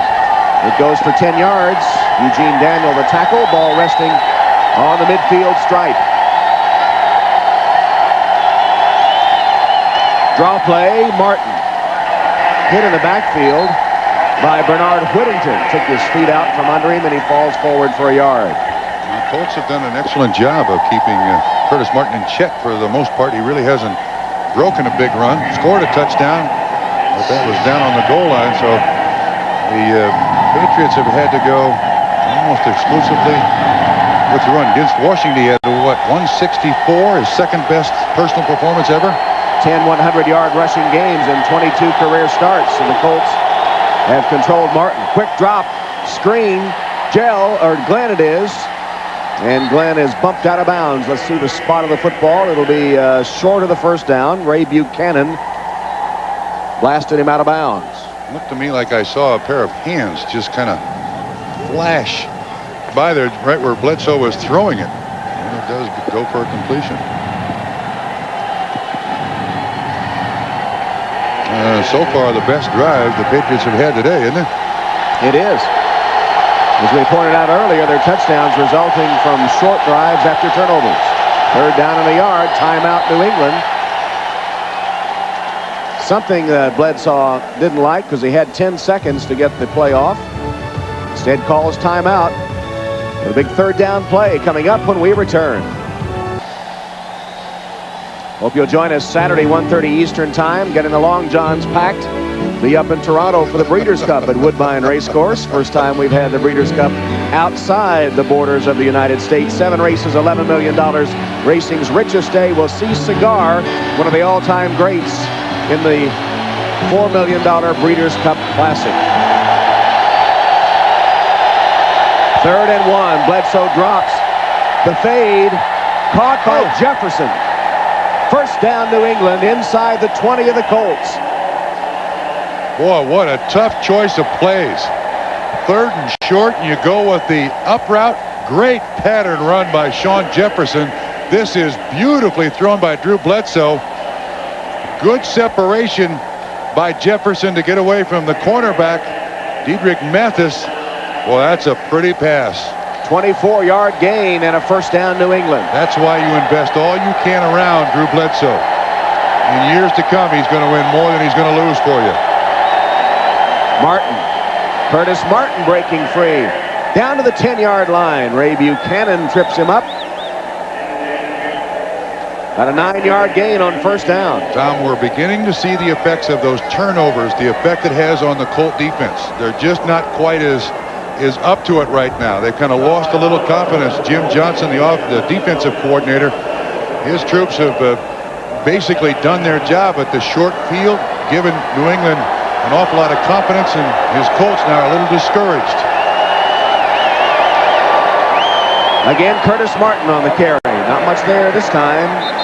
Only needed a yard for the first down. Stephen Grant at the bottom of the stack for the Colts. It's amazing how football games take twists and turns.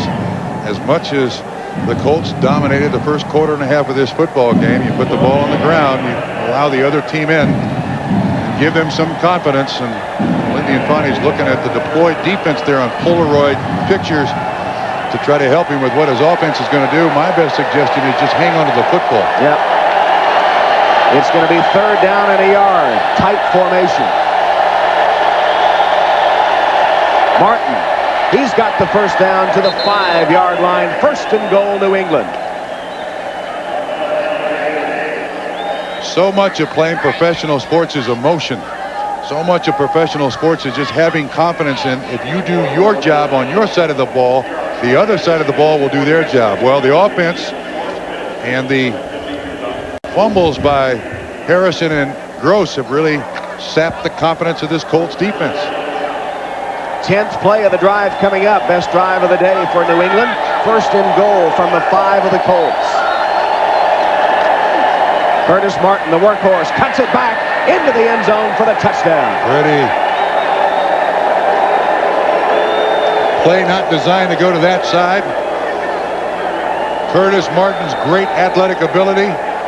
Cuts all the way back behind the center.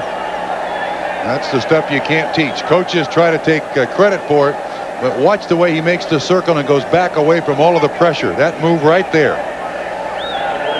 As much as coaches would like to say, I taught the kid that. No. He was born with that. Second touchdown of the day for Curtis Martin. And Vinatieri will try the extra point.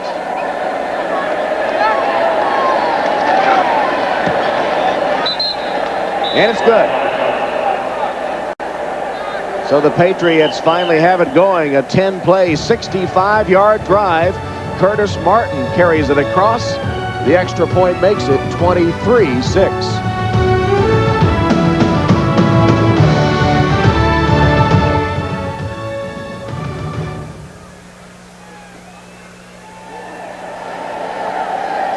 Well, there's a flag down. It's not 24 yet. That's why the scoreboard still says 23.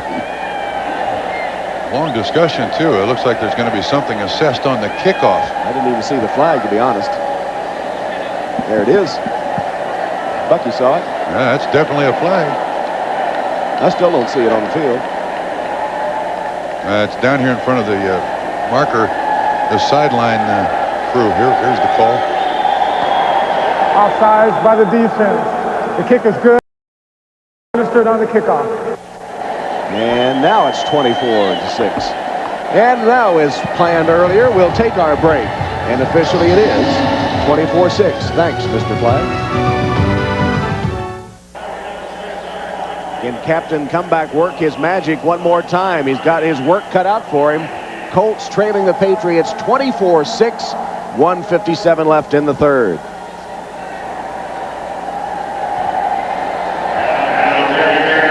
Vinatieri will kick off for New England. Aaron Bailey awaits it at the goal line.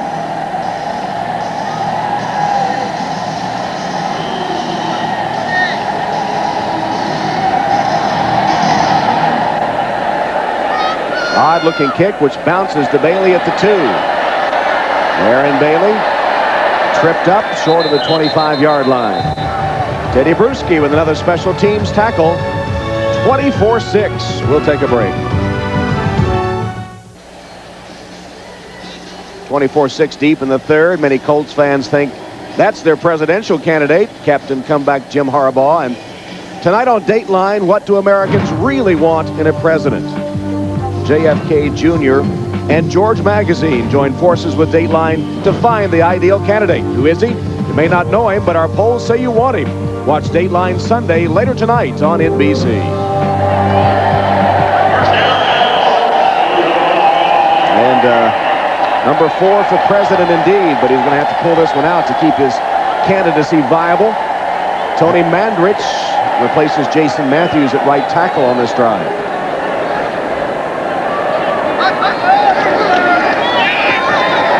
Harbaugh's pass again in the flat. Gross with the reception. His second of the game after dropping 2 in the first half. Pounds across the 30-yard line where Ty Law moves him out of bounds. If Jim Harbaugh, Captain Comeback, pulls this one off, he's king comeback as far as I'm concerned forever. Amazing how flat an effort it has been for the Indianapolis Colts. With very much to gain. Getting an assist from the Eagles right now, and maybe the Dolphins won't gain any ground. There's false start by Doug Weidel. The left guard will cost the Colts 5. False start on the offense, number 64, 5-yard penalty. Still second down. He is the left guard, comes right out of his stance, and William McGinnis takes advantage of it. Defensive lineman will do that on you, you know? They'll try to get a free shot on anybody. 58,725 silent fans at the moment.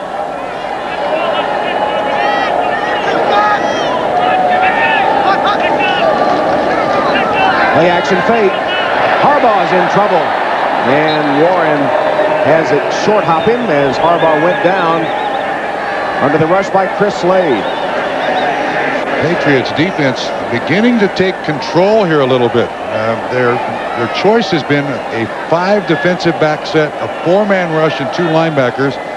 Slade with the good pressure got around Tony Mandarich and right in Harbaugh's face. Again, an incompletion doesn't count as a sack, but a hit on Captain Comeback. 3rd down and 10.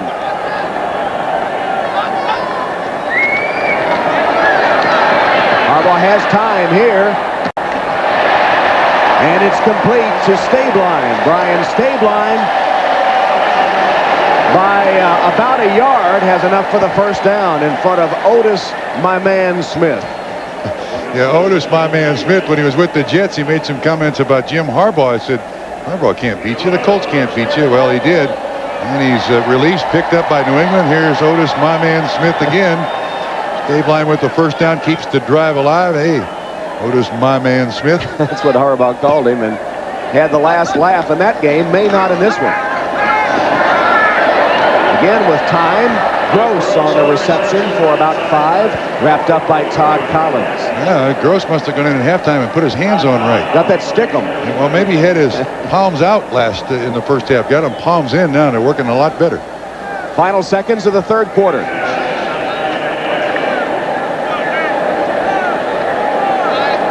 And that's the end of 3 in Indianapolis. Patriots up 24-6. We'll return after these messages and a word from your local station. This telecast is presented by the authority of the National Football League and is intended for the private use of our audience. Any rebroadcast or other use of this telecast without the express written consent of the NFL is prohibited. Start the 4th quarter with the Patriots leading the Colts 24-6. Harbaugh and his offense have 27 minutes of possession time to only 18 for New England, and only 2 field goals to show for it. Screen pass, Gross. Blockers in front. He waits for him to make a play and gives time for Law to get in there and make the tackle. Well, Captain Comeback made his reputation and his nickname by these 3 games last season. And several other near misses, including the AFC Championship game, which was, what, a fingernail away from sending him to the Super Bowl. Yeah, the pass was, that was in Three River Stadium. The pass was there in Bailey, and it's called 60 Rocket. And it almost took him to the Super Bowl. And they have the first down by half the length of the football. And Cliff Gross, we sort of singled him out as the go to the first half. He's made 4 catches here in the second half. Well, he's still got some making up to do. Those 2 fumbles that resulted in 10 points, he's not done yet to atone for the first half.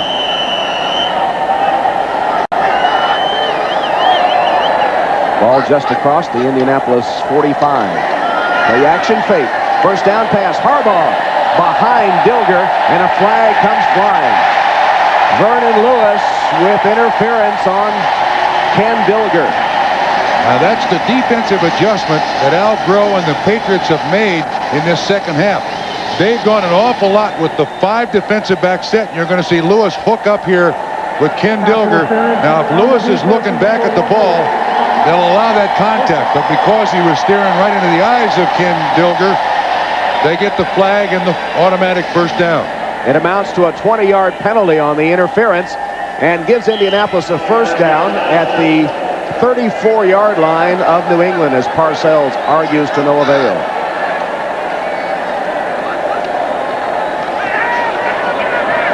Harbaugh again to the flat. Lamont Warren. Warren tracks down the sideline, knocked out of bounds after a 9-yard gain by Willie Clay.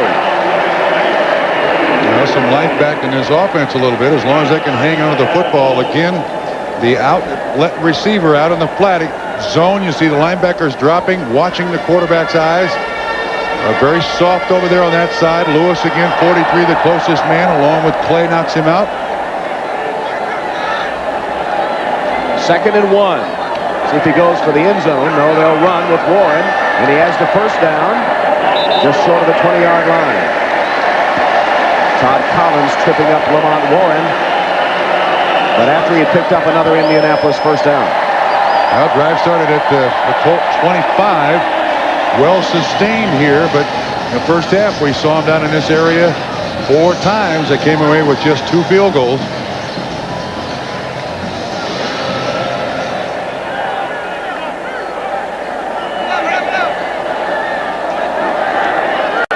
Harbaugh's in the shotgun. First down. Blitz came, and the pass deflected by Willie McGinnis. Chris Slade was coming on a blitz. It'll be 2nd and 10.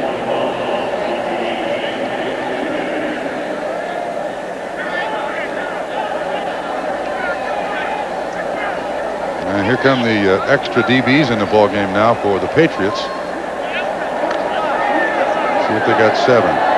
Yeah, they got 7 in there. Colts respond with 3 wide receivers.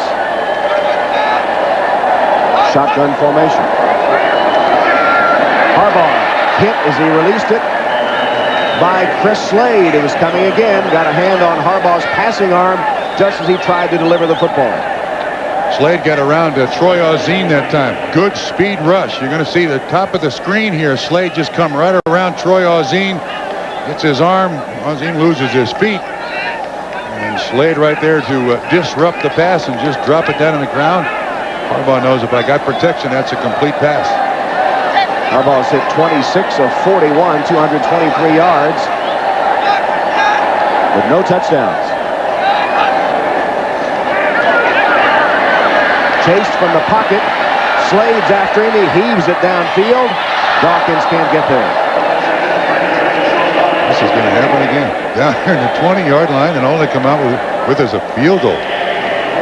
They had 1st and 10 at the 20. Am I right, Tom? Right. Did not gain an inch. And there's McGinnis on Mandarich. When Harbaugh is flushed, and actually he's flushed more by Ferrick Collins and Willie McGinnis. Just throws it out there in desperation. So 10 plays result in another field goal attempt. It'll be up by Blanchard and good from 38 yards. 3rd field goal of the day for Blanchard, but little to show for holding the ball much of the game. Well, the Colts have definitely been in a trot and not a gallop today, with only 9 points to show and trailing by 15. Gardocki fielded by Meggett at the 1. Dave Meggett sailing upfield, bouncing off one tackler and then caught from behind and taken down. Slutzer, the backup tight end, with a special teams tackle. Update on the other scores around the NFL, and this AFC East will tighten up a bit should the Colts lose. New England back in the race. Miami losing at the moment 28-18. And Buffalo facing the Jets. And of course, Buffalo already has a win over the Colts, who have beaten up on the AFC East over the last 2 years. 10-3 against AFC East opponents coming into today. Curtis Martin, Bruce Armstrong blocking in front of him. Martin dancing his way for a gain of 3 or 4 yards when it didn't appear to be much there. David Tate forced him out of bounds. Yeah, that was an awful lot of effort for just 3 yards. He never gives up on a play, this young man. Ball is at the 31-yard line, which will make it 2nd down about 8. 71 yards rushing today for Curtis. That's respectable for what? For just how little the Patriot offense has had the ball. Actually 2 touchdowns instead of 1. Bledsoe caught, perfectly timed route by Sean Jefferson. Bledsoe had the ball there just as he made his break. It goes into Colt territory to the 49-yard line. And he spun Diedrich Mathis around like one of those cheap tops you used to get when you were a kid. Watch this. That inside move. Wait, what? No. That ball is halfway to Sean Jefferson. By the time he turns around and looks at it, beautifully done. Mathis handled on that one. 21 yards, first down for New England. Martin stacked up after a gain of 3. Siragusa and Harad on the defense for the Colts. I realize this is premature. 11:51 to go in the fourth quarter, but with New England leading 24-9, this was absolutely handed to the New England Patriots. Just the only thing missing is a nice big bow on top of the package, courtesy of the Not his birthday, is Colts. it? No, but he has gotten a real gift. He and his team have gotten a real gift here today.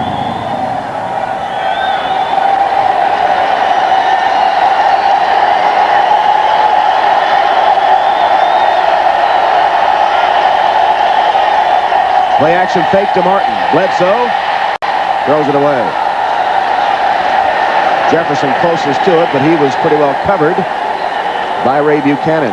His quarterbacks now got to be careful. You know, they allow them to throw that ball away, but you gotta make sure you get outside the tackle. That was very close to Drew Bledsoe throwing the ball away, which would have been intentional grounding. You can't be so nonchalant about it anymore. Bledsoe is 12 of 20 for 126 yards.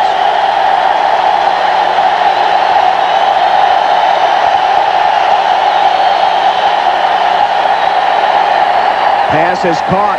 First catch of the day for Ben Coates, the tight end.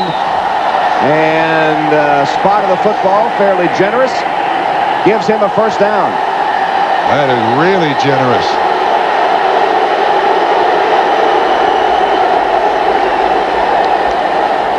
But marking where the ball is always a pretty inexact science. Right. You're going to get your share and you're going to miss some. But Coates kind of flanked out there a little bit. And he just goes up in the air, and that spot where he catches it, I don't know. Very hard to say where the officials are right or wrong with that spot, but it results in a first down. Look, on a day like this for Indianapolis and Lindy and Bonnie, that's the way it goes. Everything else is going Absolutely. wrong. I stand by my original statement. I thought it was a pretty generous spot. No argument for me.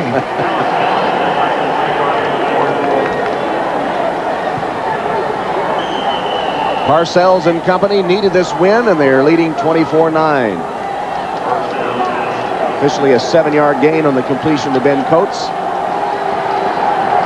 And from the 38-yard line, the Patriots' drive continues.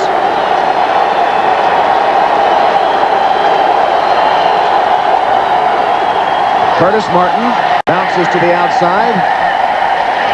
Short gain. Ray Buchanan with run support on the tackle. So Indianapolis had a game lead on Buffalo and Miami. Miami's losing at the moment. If they do lose and New England wins, they'll be tied at 4-3. Buffalo and the Jets play later. Buffalo heavily favored, which would make them 5-2 and tied with Indianapolis for the lead. Actually, when you say Buffalo's heavily favored, what comes after heavily? Yeah, whatever the next level is. Yes, huh? yes.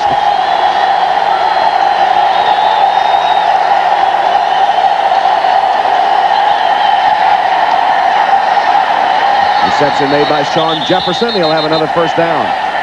Ray Buchanan hit him too late. Jefferson had enough for the first.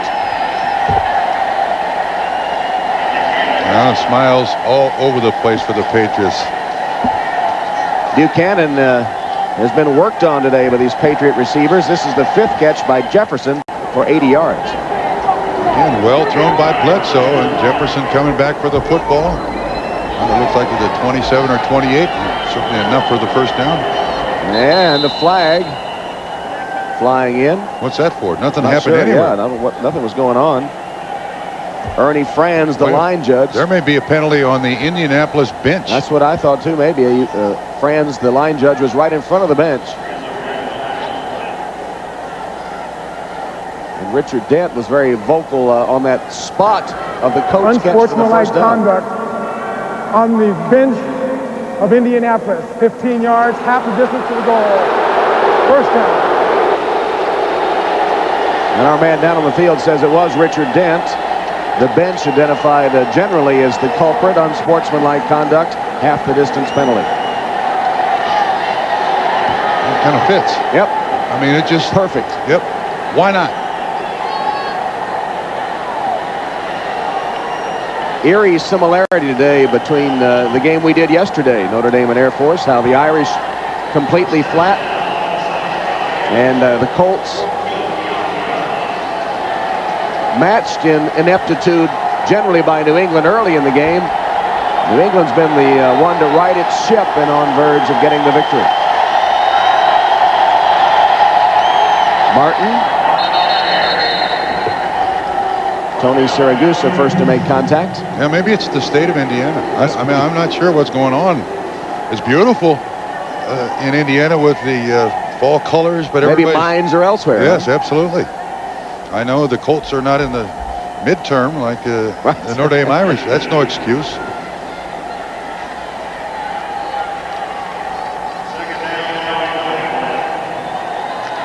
Second down, about 8 to go from the Colt 11-yard line. Clock down to 8:23.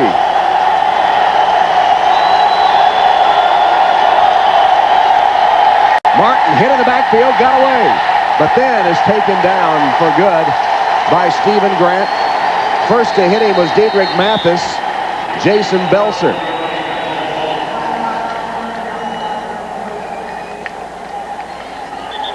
And a timeout taken by New England.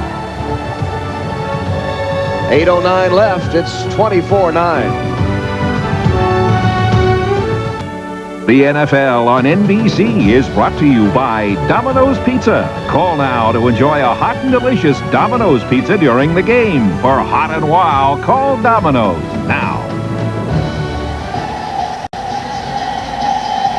Welcome back to Indianapolis. Tom Hammond, Bob Trumpy. That last time out taken by the Colts, which makes a little more sense. 8:09 left. 24-9, and the Patriots have it 3rd and 15. Bledsoe for the end zone. Jefferson can't get there, and Bledsoe knows he missed it. Kind of a little hitch and go run by Jefferson. Ray Buchanan bit, but Drew Bledsoe just overthrew the receiver. This is an awful nice pattern run. You can see the separation. That's a hard one to complete. It's difficult for the receiver to get back up to speed to catch up to that pass. Bledsoe still angry with himself. Field goal attempt coming up, 36 yards by Vinatieri. And he's on the mark. Vinatieri from 36. Bledsoe still wanted more, but he pads his lead to 27-9.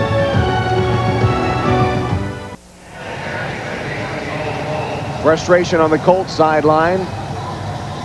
And Richard Dent, venting his frustration, got called for unsportsmanlike conduct.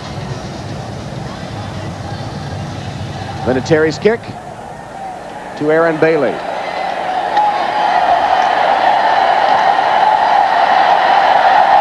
Bailey nearly broke it. Vernon Lewis knocks him out of bounds. 32-yard return. Actually, I'm interested in who goes out quarterback. Harbaugh's coming out on the field. This is a tough spot here for Lindy Infante. You don't want to concede any part of any game when you're a head coach, but at 27-9, this guy has been banged up. You know, I'm not sure I put Jim Harbaugh out there. They're going to throw, try to get back in the football game. You expose him to further abuse.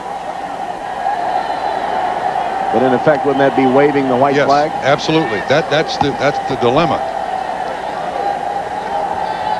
See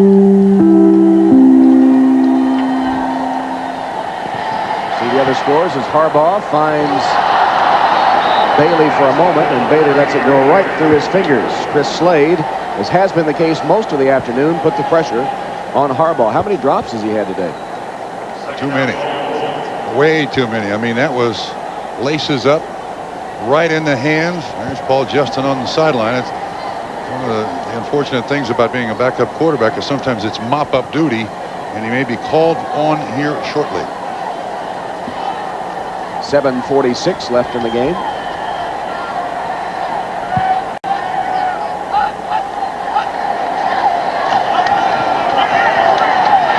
got away, but not for long. Determined effort by Willie McGinnis. There's what you were talking about, as he takes a beating. Yeah, McGinnis, the first time he went by, he swiped his hand across Harbaugh's face. Looks like he got blood dripping from his nose. The first time McGinnis went by, he missed him, but he got his hand up in his face mask. I don't know the extent of the injury here, but an illegal hit. Nothing illegal about it. Looked like he almost grabbed the side of Harbaugh's helmet, but watch McGinnis as he goes by. He's going to have it. He's running a big looping stunt. Watch his right hand. See him? Right, sticks his hand right in there, pulls the helmet or face mask. Could have been a penalty. Yeah, and then McGinnis comes back and makes the sack. Nevertheless, he is out of the game. Well, you called it. Paul Justin now at quarterback, facing a 3rd and 15. Here's his first pass. Sidearms it toward nobody. And a flag. Could be interference called as Brian Stabline. But I don't think that ball was not catchable. a catchable ball, was it? Yeah, the official did pick up the flag. Walking to Mike Carey for an explanation. Let's see what happens here. He put the flag back down on the ground. Meanwhile, Harbaugh trying to stop the bleeding. Literally and figuratively. Colts looking anything like a 5-1 team today.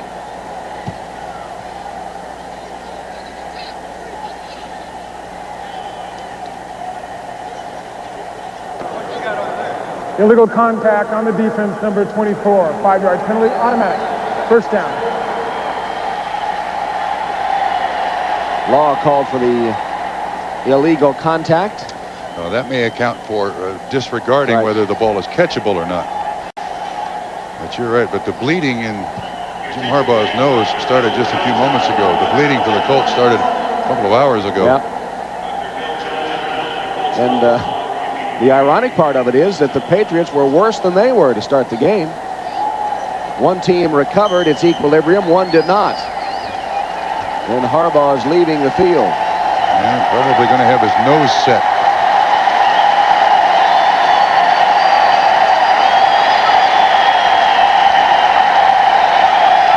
Once again, Jim Harbaugh takes a battering. Justin's pass complete to Bailey. Fumble. Patriots have it. Sure, why not? Larry Wiggum recovers the fumble. Slade was the man that knocked it free, and is that the fourth? Man, that's the fourth fumble by the Colts today. Nice catch. Again, none of these fumbles have really happened from a solid hit. This is Slade, 53, who kind of comes around the backside of the receiver. Wiggum with the recovery. And the word from the Colts sideline is that Harbaugh has suffered a broken nose.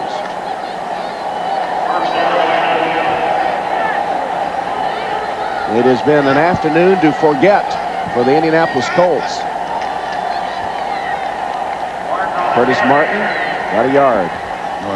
You'd think the Colts were 1-5 instead of 5-1 the way they played today. Yeah, and this is such a shocking turnaround too, because the Colts have been playing very well. Remember, they had such a big pump when they beat Dallas. I mean, they were sky high, but turnovers can just absolutely take any concentration, any emotion, any feeling you have towards the way your team is going to play, and it just graphically illustrated today by the Colts. And emotionally not ready to play, not sharp in any category. Agreed.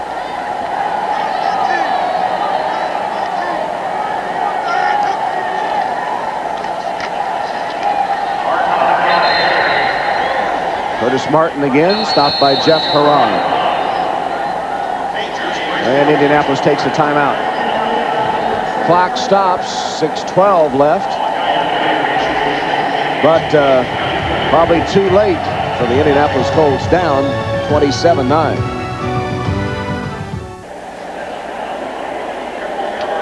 Next weekend will be a day for the Equines.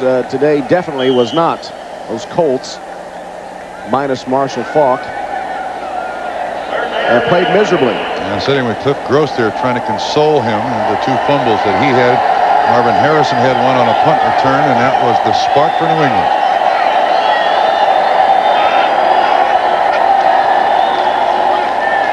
Bledsoe nearly intercepted, and again, why not? Alberts couldn't handle it. Well, the only good news the Colts have gotten today is that the Dolphins are losing. Let's get an update from Greg Gumber.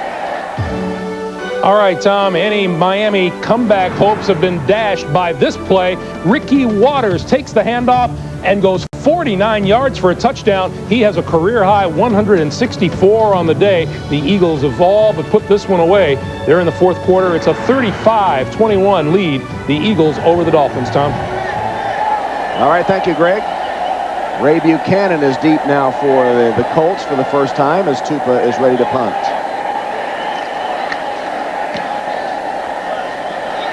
Got to punt it short and angle it out of bounds, and he does. Well, if this stands up, it'll be the biggest Colt loss since New England whipped them 28-13 back in December 11th, 1994. Don't forget, coming up next, most of these NBC stations, Game 2 of our doubleheader. Most of you will see another AFC East showdown as the Jets host the Bills. Some of you will see the Rams take on the Jaguars. Others will see the 49ers host the Bengals, or the Steelers battle the Oilers. Check your local listings for the game in your area. So should Buffalo beat the Jets in that second game, they'll move atop the East with the Colts in a tie. And the Patriots will be back in the race, tied with Miami.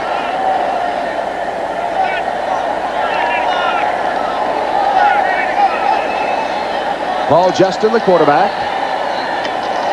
Diving reception by Aaron Bailey. Lost his helmet in the process as he was hit by Ty Law. That's just about the way the Colts have played, headless. Well, the headless horsemen, right? Yeah. They're Colts, aren't they? Yeah. The good thing is the Colts did recover their own helmet.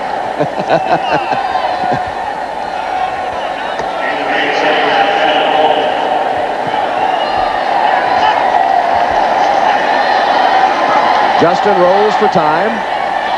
On target to Dawkins.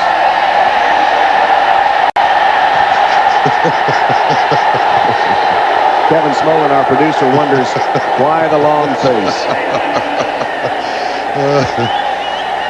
The gray mare. The gray mare. So, you read any good books lately? Seen any good movies?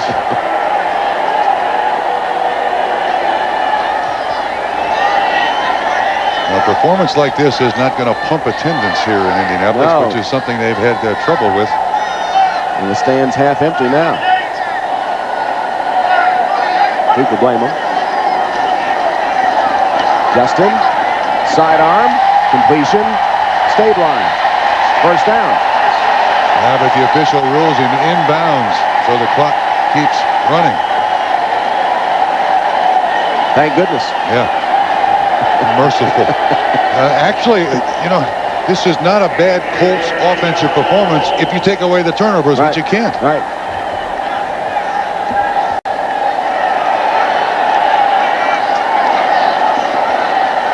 Justin again hitting Stabline for a first down. Lawyer Malloy made the tackles. Justin's looked pretty sharp. Yeah, you know, he played a little bit last year because Harbaugh got hurt, but he's a slinger. He's more three-quarter arm. Watch the way he kind of slings that thing out there. Doesn't really get it up high. And then there's a shot by Slade and others, but he just shrugs them off. Big, tough guy. Justin again. Harrison. Or Bailey it is. And just seeing Justin played 3 games with 1 start when Harbaugh was hurt last year. Attempted 36 passes in 95. Entered today's game having hit 5 of 9. For some reason, guys that throw the ball kind of three-quarter always throw it with a lot of zing on it. But unfortunately, they get a lot of balls tipped at the line of scrimmage. It's hard for the receivers to pick up the ball too quickly because it's thrown so low. You know, he's 6'4". He doesn't really need to sling it sidearm. He's tall enough to look over the on-rushing defenders. Flag down. Free play. It is a free play. Goes for Harrison in the end zone. Too tall.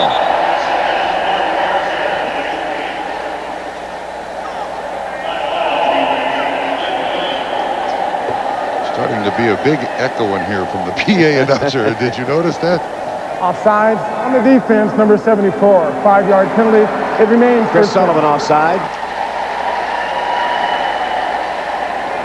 And he jumps there just to, I don't know why, at this late stage of the game, leading 27-9. Don't give him any more chances. They're already going to get.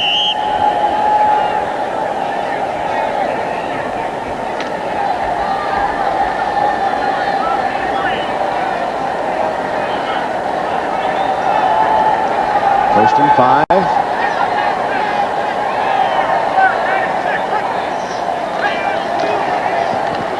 Justin again hits Dawkins. He's had a big day. He has. Dawkins tackled by Otis Smith at the 16.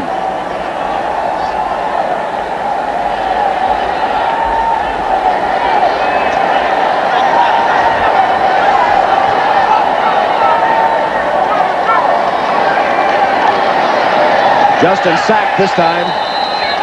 And again, it's Willie McGinnis.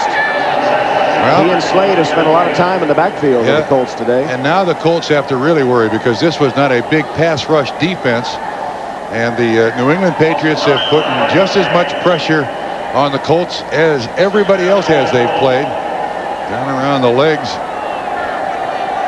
And around Tony Mandrix came McGinnis. See if Justin looks for Sean Dawkins. He has 8 catches for 84 yards.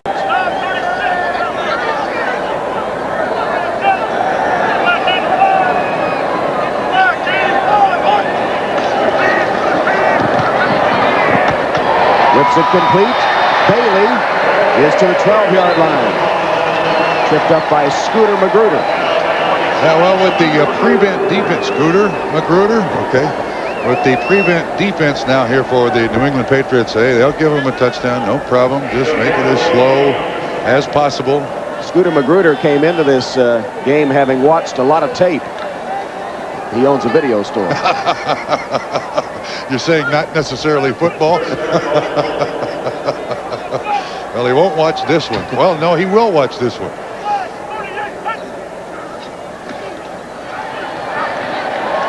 Completion to Workman.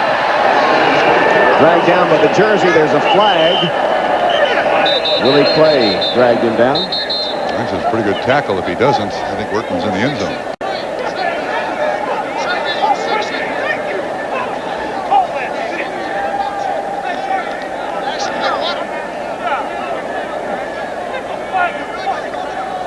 Tripping offense.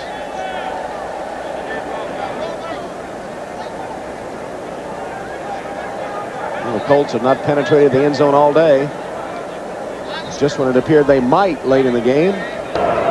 Tripping on the offense, number 63. 10-yard penalty, 3rd down. They'll have to complete another 3rd down. Kirk Laudermilk, the center, guilty of the trip.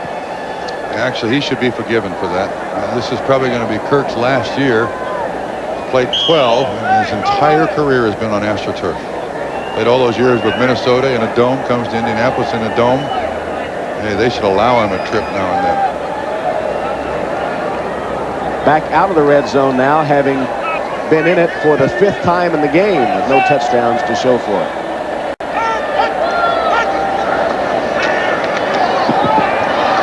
Justin's pass complete. Marvin Harrison close to the 10, driven back by Ty Law. And we'll stop for the 2-minute warning with the Patriots up big, 27-9. Stay tuned for Game 2 of our NFL doubleheader. Most of you will see the Jets against the Bills. Some will see the Rams-Jaguars, others the 49ers-Bengals, or the Steelers-Oilers. Check your local listings for the game in your area. Second game coming up next here on NBC. And I guarantee you, none of those games will be as strange as this one. It can't happen. Team that came in 5-1. Rarely ever are they involved in a blowout, either positively or negatively. And this has been a game out of character for the Colts, and Bledsoe and the Patriots will take it. Yeah, when he walks on the field, I don't know who from the Colts he'll shake hands with, but he should start with, thank you. Thank you very much.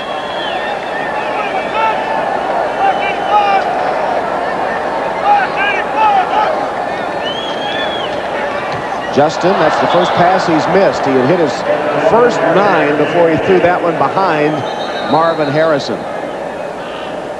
There are his numbers, looking for his first NFL touchdown pass. He's played in the World League. He's been on the practice squads in Indianapolis and Chicago. Played arena football. And his dream of an NFL touchdown pass just ended on that 4th down play. He's not about to give up. Right? He's gone through a lot and gone a lot of places to finally appear in the NFL. How about that? No matter how it occurred, a big win for the Patriots. Yeah. They started that tough month against AFC East opponents to get one where when they started the football game, they had the ball first. They had a 15-yard penalty for holding. They had a 5-yard penalty for an illegal jump, and then had a fumble. That's the first 3 plays of the game to come back and win this football game. But to their credit, they righted their ship, yes, especially in the second half, and they will get the victory. The Colts never did find their rhythm. No. And Jim Harbaugh out with a broken nose. I mean, you can certainly play with that, but the fumbles were the big emotion drainer for the Colts. They had 4 trips into the red zone. That's the 20 or inside. Came away with just 2 field goals. They had a fumble and also lost one on downs. And the Patriots took advantage of every mistake that the Colts made. Look at that. And the short field getting the Patriots kick started. You know, what they have 5 first downs in the first half and had 13 points. Had 10 points. 5 first downs, 10 points in the first half. That works. One of the best bits of news we've had all day is that the Colts have used their final timeout.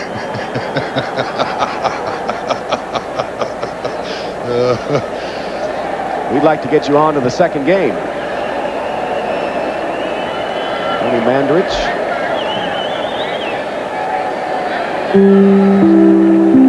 I don't think the Colts, there's Ron Blackledge, the offensive line coach, sitting there on the bench.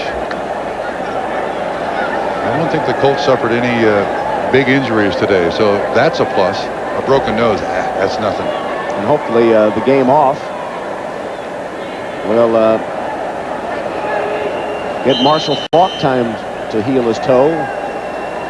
Could have used him today. Yeah, they could have used their own football, too. Yep. It was New England's football today. Just biding time here while the final seconds tick away. This has sort of been the pace at which the game was played. It is 4th down. There's Marshall Faulk. Actually, this is probably one game he's glad he didn't play in. Final score from Philadelphia's Veterans Stadium as the Eagles have whipped the Dolphins 35-28. So the Patriots and Dolphins will be tied at 4-3. Let's see what it's going to be interesting to see what Parcells' choice is here. Does he punt the ball away, or does he take the safety, go for the free kick? Here's the upcoming schedule for the Patriots. That string of AFC East games. Buffalo, Miami Jets, interrupted by a trip to the AFC West, entertaining Denver, then back to New England in New England. And Bill Parcells told me this morning, Tom, he said, you know, this stretch of games will basically determine our entire season, how we do in the next 6 weeks, 5 of them AFC East opponents.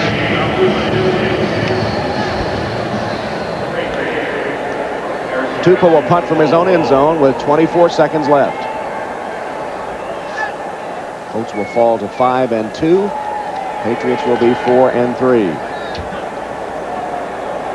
Harrison retreats. Had a fumble earlier. 12 seconds left.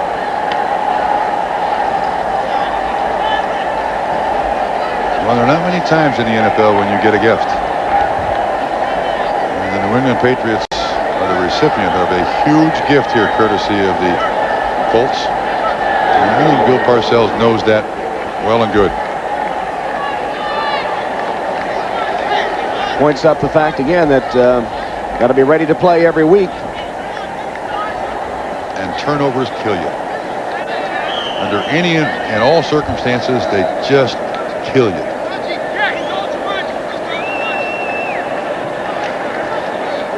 Quarterback sneaker, I hope. I hope. Take a knee. Instead, he's in the shotgun, and he's going to wing it downfield.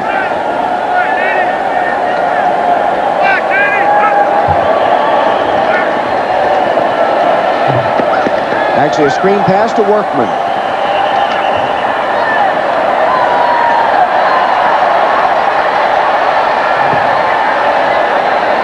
And that'll do it. Yeah, but I want to thank Vince for staying in bounds. No. There is a flag, excuse me.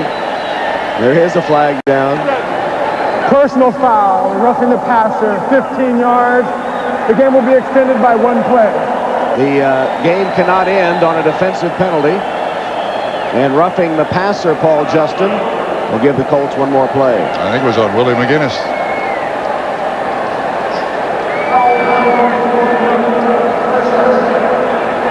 But because it's a completion, do they tack the 15 yards on to the end of the play? I believe they do.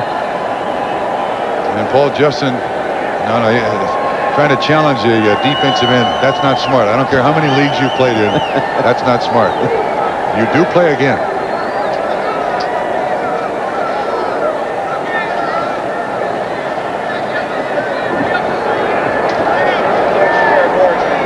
Finally, they'll spot the ball at the 18-yard line.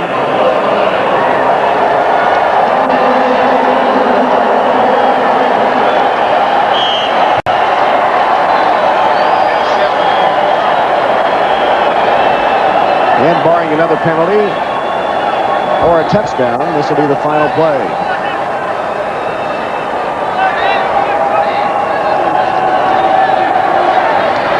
Justin for the end zone, up for grabs. Out of the end zone and incomplete to end the game. So the Patriots win at 27-9. Now stay tuned for the second game of our doubleheader. Most of you will see the Jets and the Bills, others the Rams, Jaguars, some of you the 49ers, Bengals, or the Steelers against the Oilers. Check your local listings for the game in your area. Once again, the final score, New England 27 and Indianapolis 9. Now for Bob Trumpy, this is Tom Hammond saying so long from Indianapolis. You've been watching the NFL on NBC.